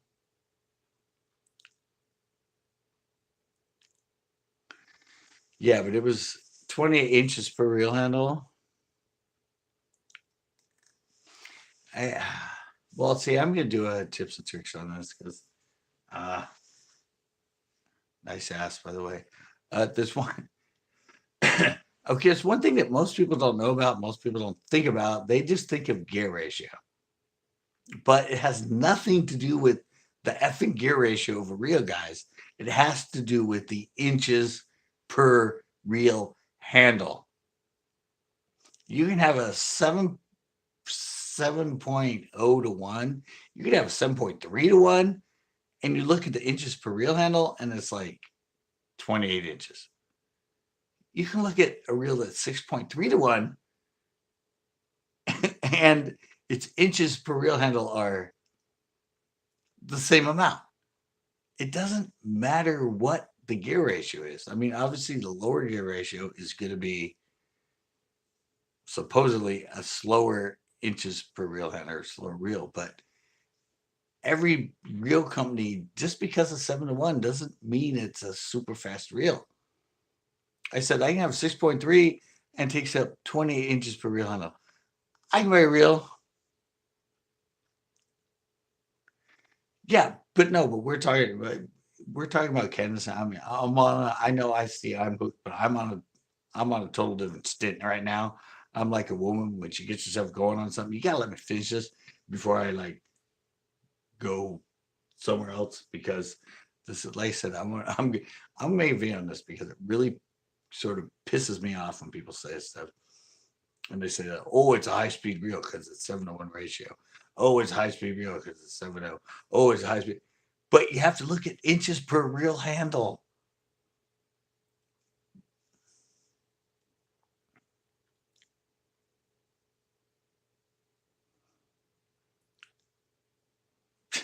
No, but see, actually, the official thing is 1/8 inch down on the spool is the rating for inches per reel handle. I overspool mine. I spool them all the way to the top, so obviously I'm getting more inches per reel handle. But see, that's the thing is this is I said I need to just video on this because this really effing pisses me off because most of us and most of us people will have a certain speed that we reel things in. Either spinnerbait, crankbait, rattle trap, whatever. We think we're reeling fast. We think it's fast because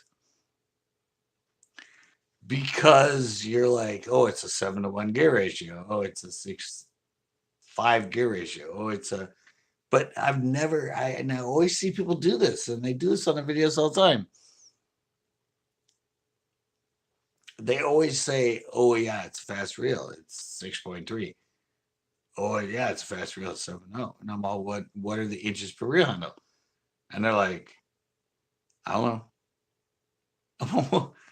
What it's just, I don't know, it's just beyond me because like I said, everybody just spews off, oh, it's a fast reel because of its gear ratio.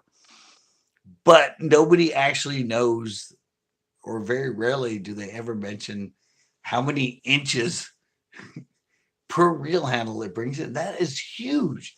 I mean, not only high speed cranking, what I did, but I mean, it doesn't matter so much with, well, kind of maybe if you're throwing a jig or flipping or something, if you want to get in quick and all that.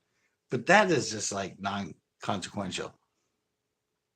Yeah, 32 inches for high speed. Yeah, that's great. And that's what you need. So you can reel it not so fast as I used to. I used to have one that was only 28 inches, and I reeled it super fast. So I got the higher inches per reel handle so I could save my wrists and save my arm and not reel as fast to get like 11 seconds per cast, which is super, super quick. But yeah, but people, that's what it says. People, and it's you as a fisherman, it's better off for you. And I have videos on this. I know I have ones on there that talk about this. It's better off if you change reel speeds and inches per line handle for the canvas of a certain bait and everything to match how you're used to turning the reel handle. So if you're used to when you're fishing like a spinnerbait or a crankbait or anything that's a consistent sort of reel, you're probably going to be used to turning the reel handle at that certain speed. And mentally and because of muscle memory and everything else, it's probably going to be harder for you to remember to slow it down or speed it up. Yeah. So in that, and now I know where I'm going. I'm Hook TV. You're on with me. It makes more sense to get a different reel that has a higher inches per reel handle for a certain speed of a certain bait so that when you're fishing that bait and you want to reel it a little bit faster, you have it on a reel that has a little bit faster inches per reel handle, so you're fishing the same speed, but it's moving in quicker. Yeah, but I mean, that's just kind of what I'm trying to say is you as a human being, you are as a person. Well, there's kind of a certain speed when you think you're reeling it, kind of how you want to reel it, as far as like this fast. Or I mean, nobody's really like really. You just have a certain. So instead of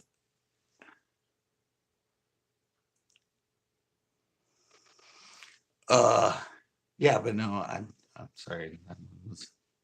No, but I don't know. I don't know. I think it's hard to explain. It's something that to me comes kind of easily and everything.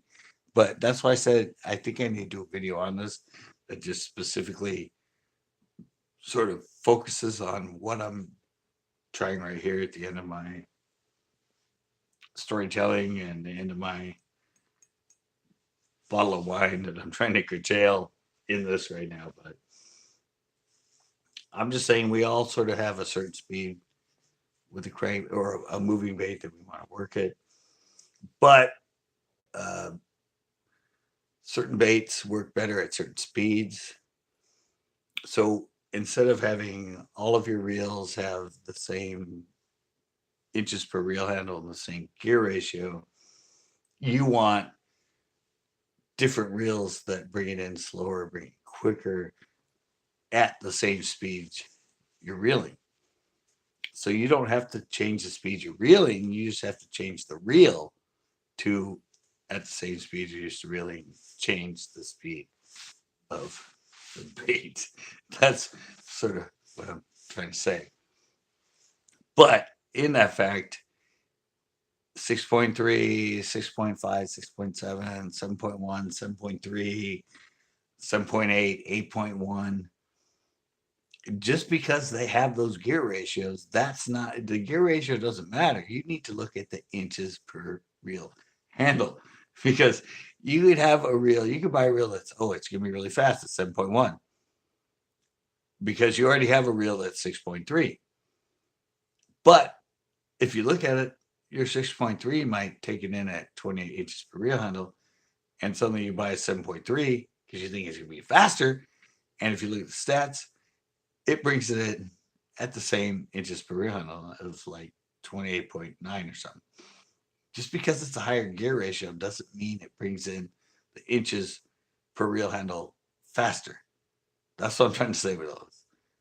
And so you have to look at that. It's I don't know why you would think something with a higher gear ratio would have more inches per reel handle, but a lot of them you look at have about the same as something that's a lot lesser inches per reel handle as far as the gear ratio of I don't know. It's if it's either spool, so the spool's bigger, the spool's smaller, the spool's something, but yeah, inches per reel handle matters a lot more than gear ratio. I guess that should actually be the title of the video I told you guys that I'm going to do about this. It'll be a tips and tricks, but yeah, I think I have it already scripted now. But yeah, inches per reel handle matters a lot more than gear ratio.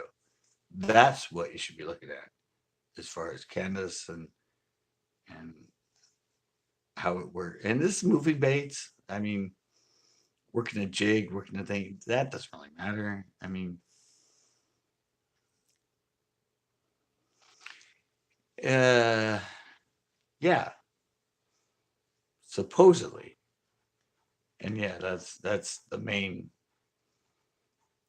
That was sort of the main thing with it originally is that you could crank on the fish easier to bring it in, but I don't know. I see, I see people freaking bringing in 4 pounders these days on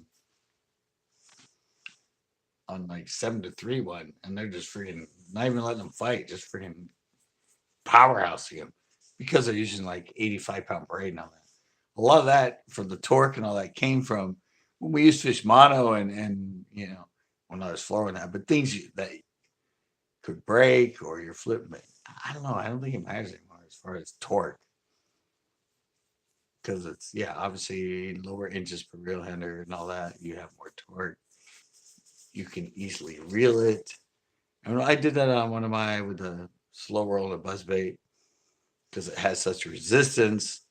It's easier to use it on something that has like a 5.3 or a 4.3. You can reel it really fast in order to keep it on top and it's less resistance. You don't have to like feel all that resistance and try and. But yeah, you're right. I mean, lower gear ratio is more torque. I don't think it matters that much anymore.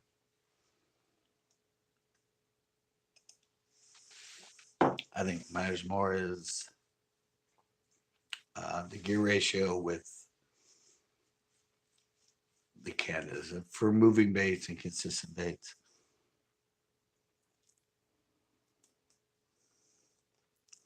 It's like, uh, I'm doing one on rod length, and I don't know. I think a lot of people fish rods that are too long. majority of the time for the technique they're using. And I have a lot of, uh,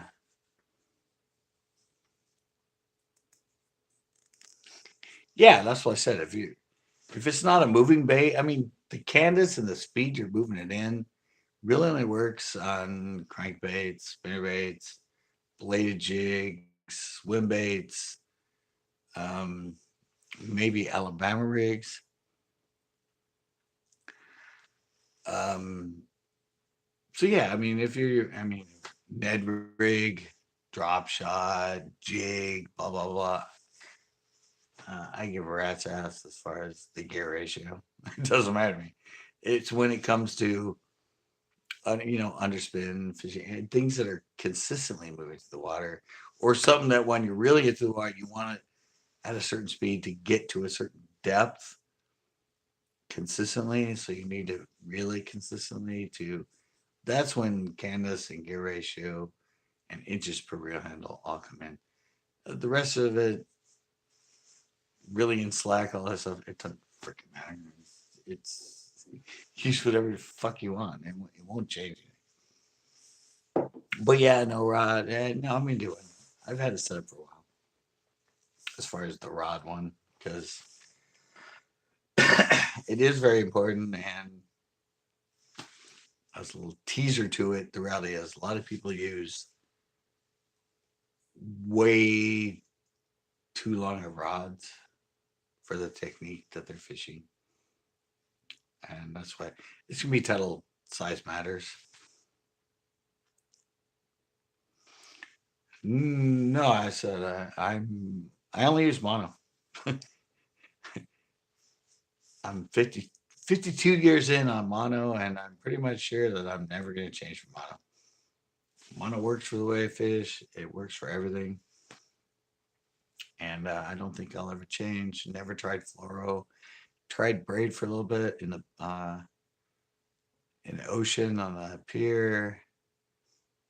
Didn't like it. Just the way it handled, the way it looped on itself, and mono's the cheapest, and mono's been around longest. So if I live till 100 years old, I'm probably gonna be pretty much just using mono, unless I stop producing it. Then I'll have to switch to something, maybe thread. I don't know.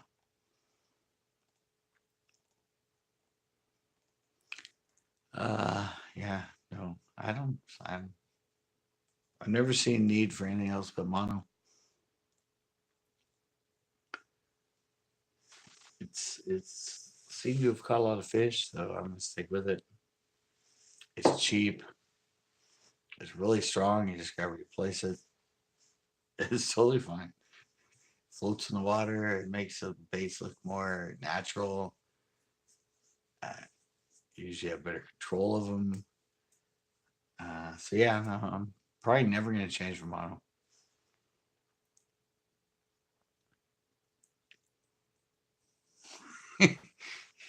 Yeah, okay.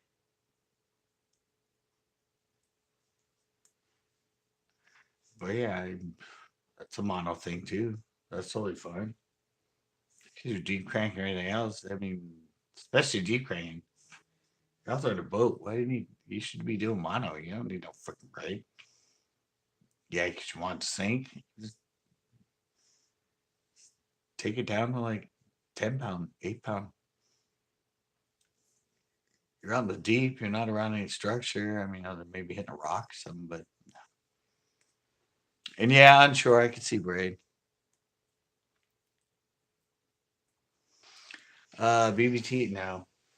I only did my local tournaments, just local clubs. I didn't even do one bass. I knew ABT, that, and I do the FLWs. For the last 10 years, we're now 8 years. I've done the FLW Costa Series. I mean, before that was the Strand Series. Before that was whatever series. But yeah, no, I Delta and Fluoro things. Mono's the one that floats. Unless you have braided fly line.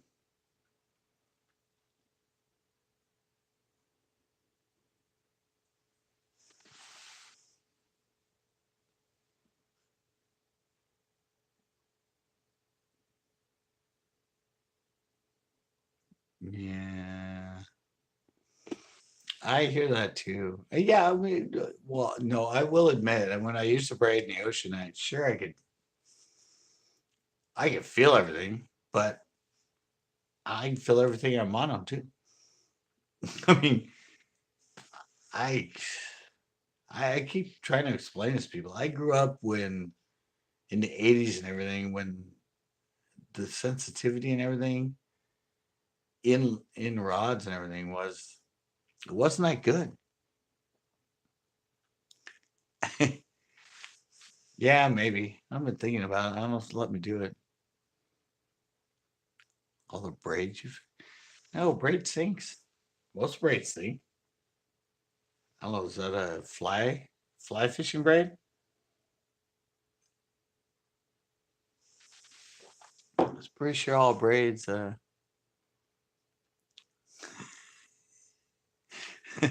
pretty sure most braids sink.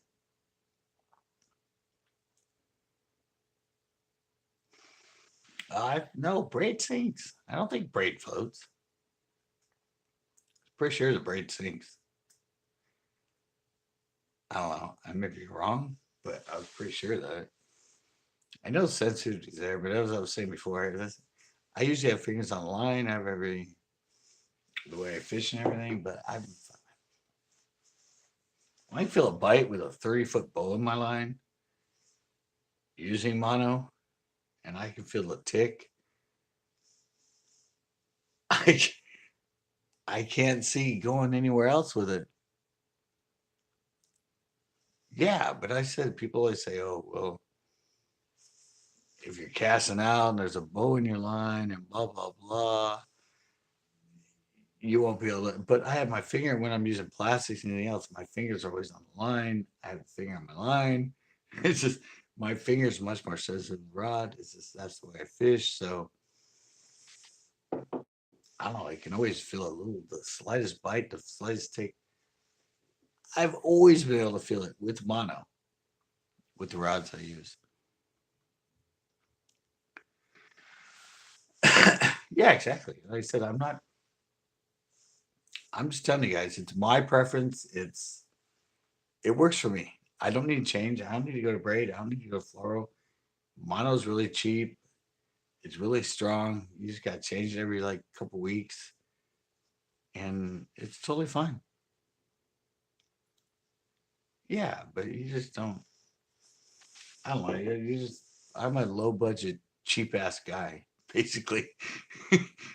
I buy the cheapest lures if they're not mine. I have my lures I produce in that, which I can't sell right now because I effed up my site, but I try to sell them cheap to you guys. And mono's the cheapest. I have an $18 rod that I use that I promote. I don't pay more than 50 bucks, 80 bucks for a rod. Don't pay much more than 100 bucks for a reel. I don't pay less for a reel, but no, if it works and it's worked for me for like 40 years,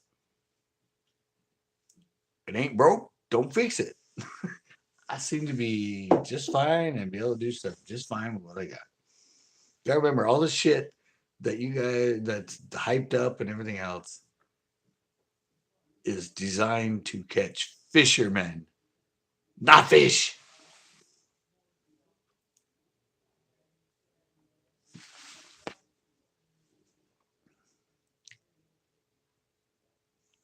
Really? My good rods are sensitive enough to feel a piece of slime on the hook, but not my cheap rods. Really? Come on, low budget. You've watched my videos. I'm using that $18 Shakespeare excursion rod.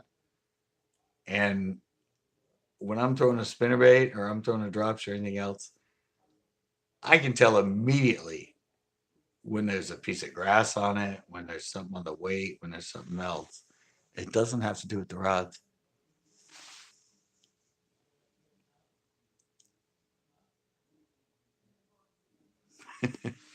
Now you got to up your reels. It's the one thing you got to up is your reels.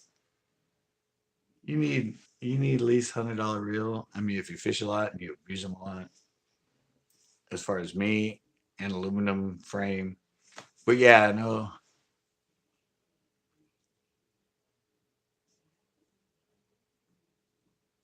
it doesn't have anything to do with the rod.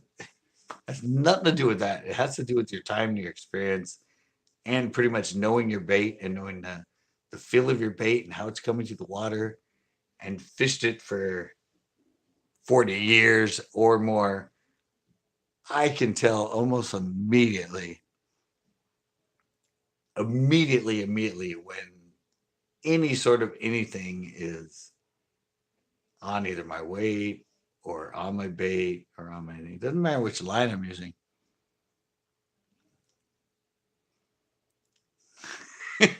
And, well, you just said you're using an expensive one, you couldn't feel it, but that's a $20 reel, but or 18.95 rod. It's not so much. It's just knowing. For me, it's the fact that I've been doing it. Well, as far as crankbaits and moving baits, I've been doing it for a long time, and even before that, the soft plastics. But now, in the last like just 3 or 4 years, I've been focusing more on flicking and drop shot and everything. It's just a matter of knowing exactly how the bait and your rig feels a la natural. And then since you know exactly, either you consistently use like me at 3/16. See, you did. I was just gonna say that. Hey everybody, I upload a new video to Patreon. But nobody else but him has even done a Patreon. So I can't say, hey guys, I just uploaded because it's low budget capacity. He's the only guy. I keep telling people go to Patreon. I just upload a new one, and he's right. He talked about it. I'm gonna have more of the stuff like this. Uh, but yeah, thanks for the budget. I forgot to ask you if you actually saw it because I know you're the only one that gets the notification.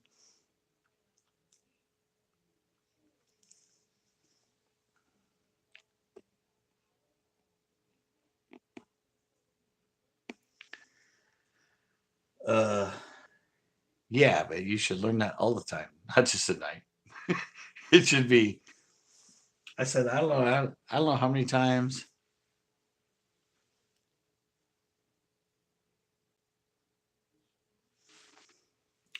Uh, yeah, but no, I don't know. KVD talked about this in a lot of his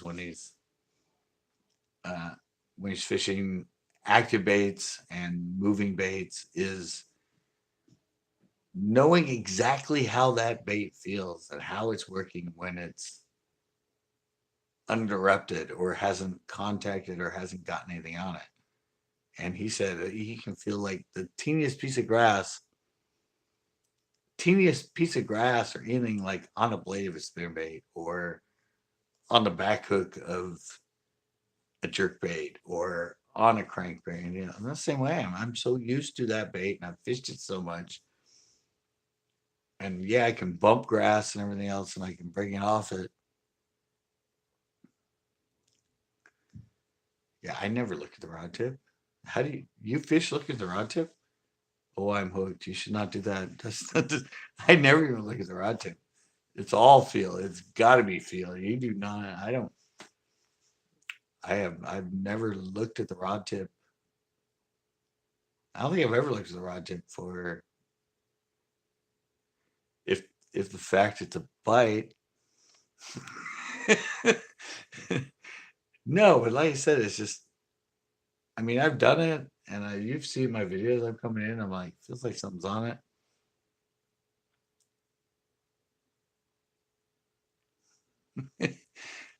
But yeah, I can feel it. I'm like, it just doesn't feel right, guys. Feel like I pick something up. And I'll bring it in, and it'll just be like a little piece of grass, or a little piece of something. But that's just from. It's all from experience. It's from. I said 40 years of fishing, lots of I don't know millions of hours. I don't even know how many hours if I total them all up in my 40 years that I've fished.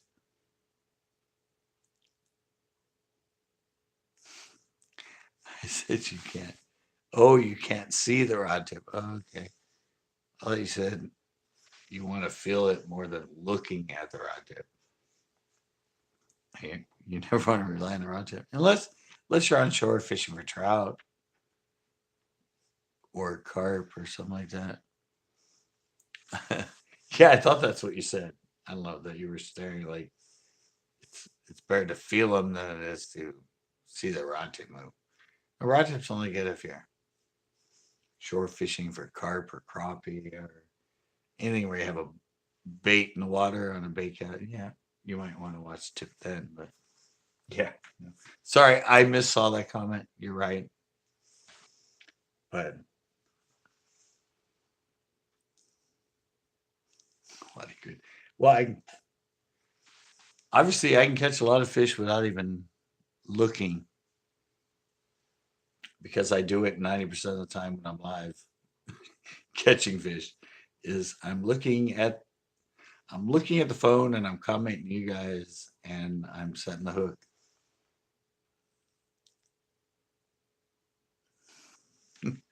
Yeah, that'll work.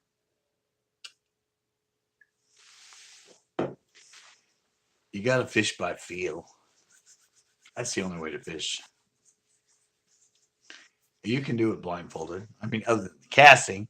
I mean, if somebody else casted for you and you were blind and they handed it to you and you started working in whatever rate it was, if you are actually a really good and true fisherman, it probably would not phase you.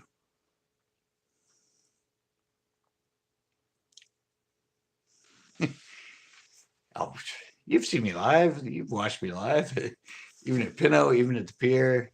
There's so many times that I'm like, I'm looking here and I'm fishing here and I'm like, what was that question? Oh, yeah, I'm getting a bite by the guy. Yeah, no, I'm getting a bite, guys. Yeah, I'm getting it. And I set the hook and I start reeling him in, and I'm still looking at the camera and trying to answer the question. Yeah, that's the thing is I'm always like I said when I'm live, it looks like 90% of the fish I catch are accidental because I'm. It doesn't even look like I'm paying attention, and I'm see keep seeing comments, and I'm like trying to answer it as I'm like going what, and I'm like, oh, I gotta, and I set the hook, and I start reeling it in. I'm like, oh, I'm gonna have to concentrate. And I start, but yeah, it's all feeling. You don't have to be looking at it to catch it. You need to feel it to catch it, but you don't need to look at it to catch it.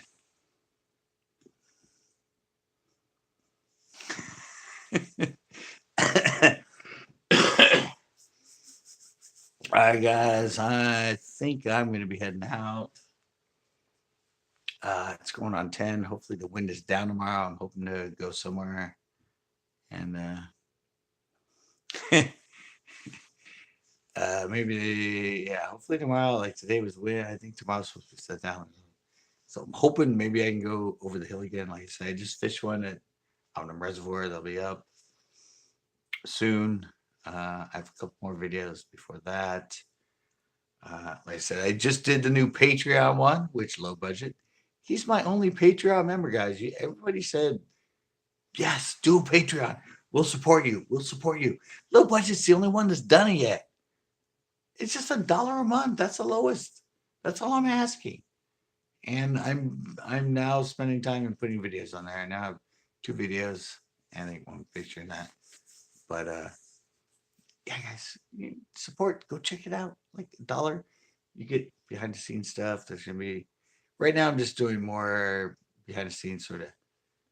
Well, low budget knows what they are. He knows what I put up, but some of the other stuff is gonna be more.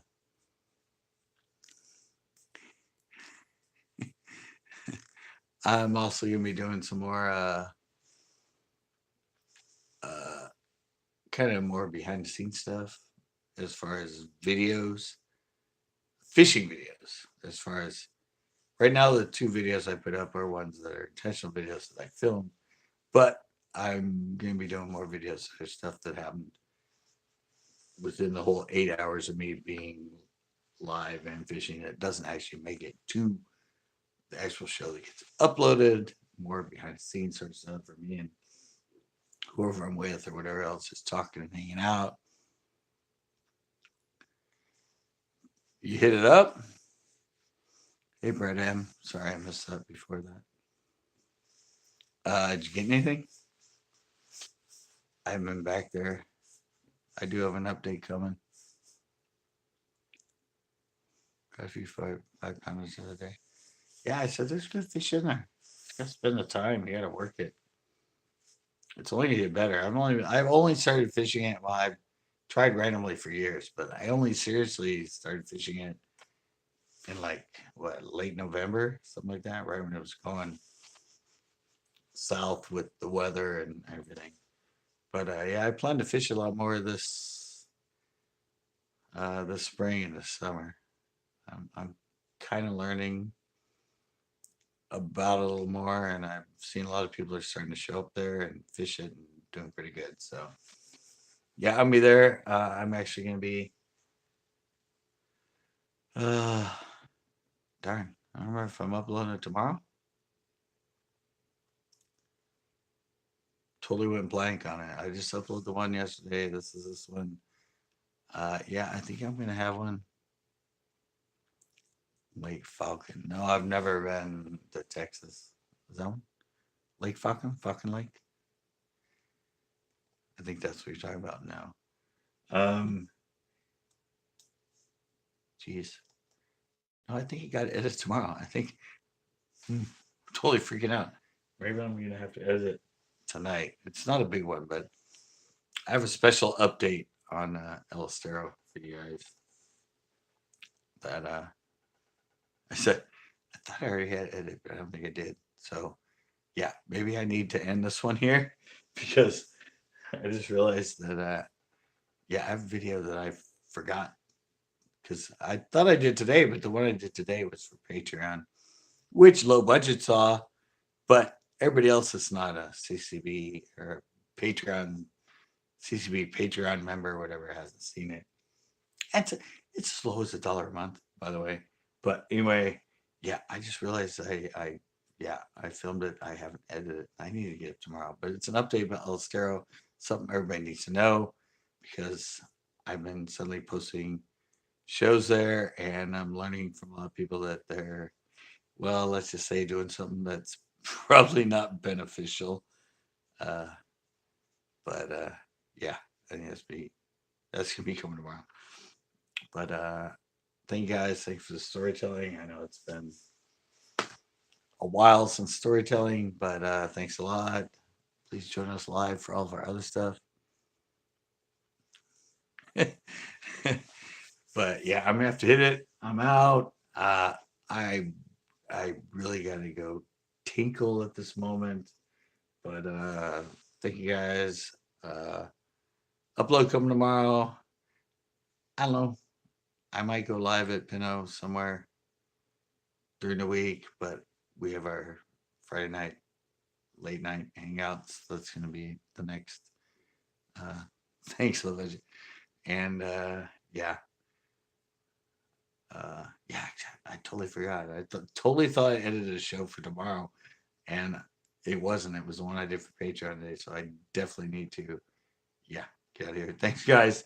Um, Join us for next live. Check out our fishing shows, our video blogs, our tips and tricks, our budget bites, and of course, the lives. Obviously, if you were here and you hung out, you realize it was a lot of fun. I'm late. Yeah, you're late, but I'm actually just signing out. Sorry, Yankee Crank.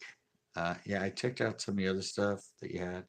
Yeah, no, I just realized I just did the stream and I thought I had my video for tomorrow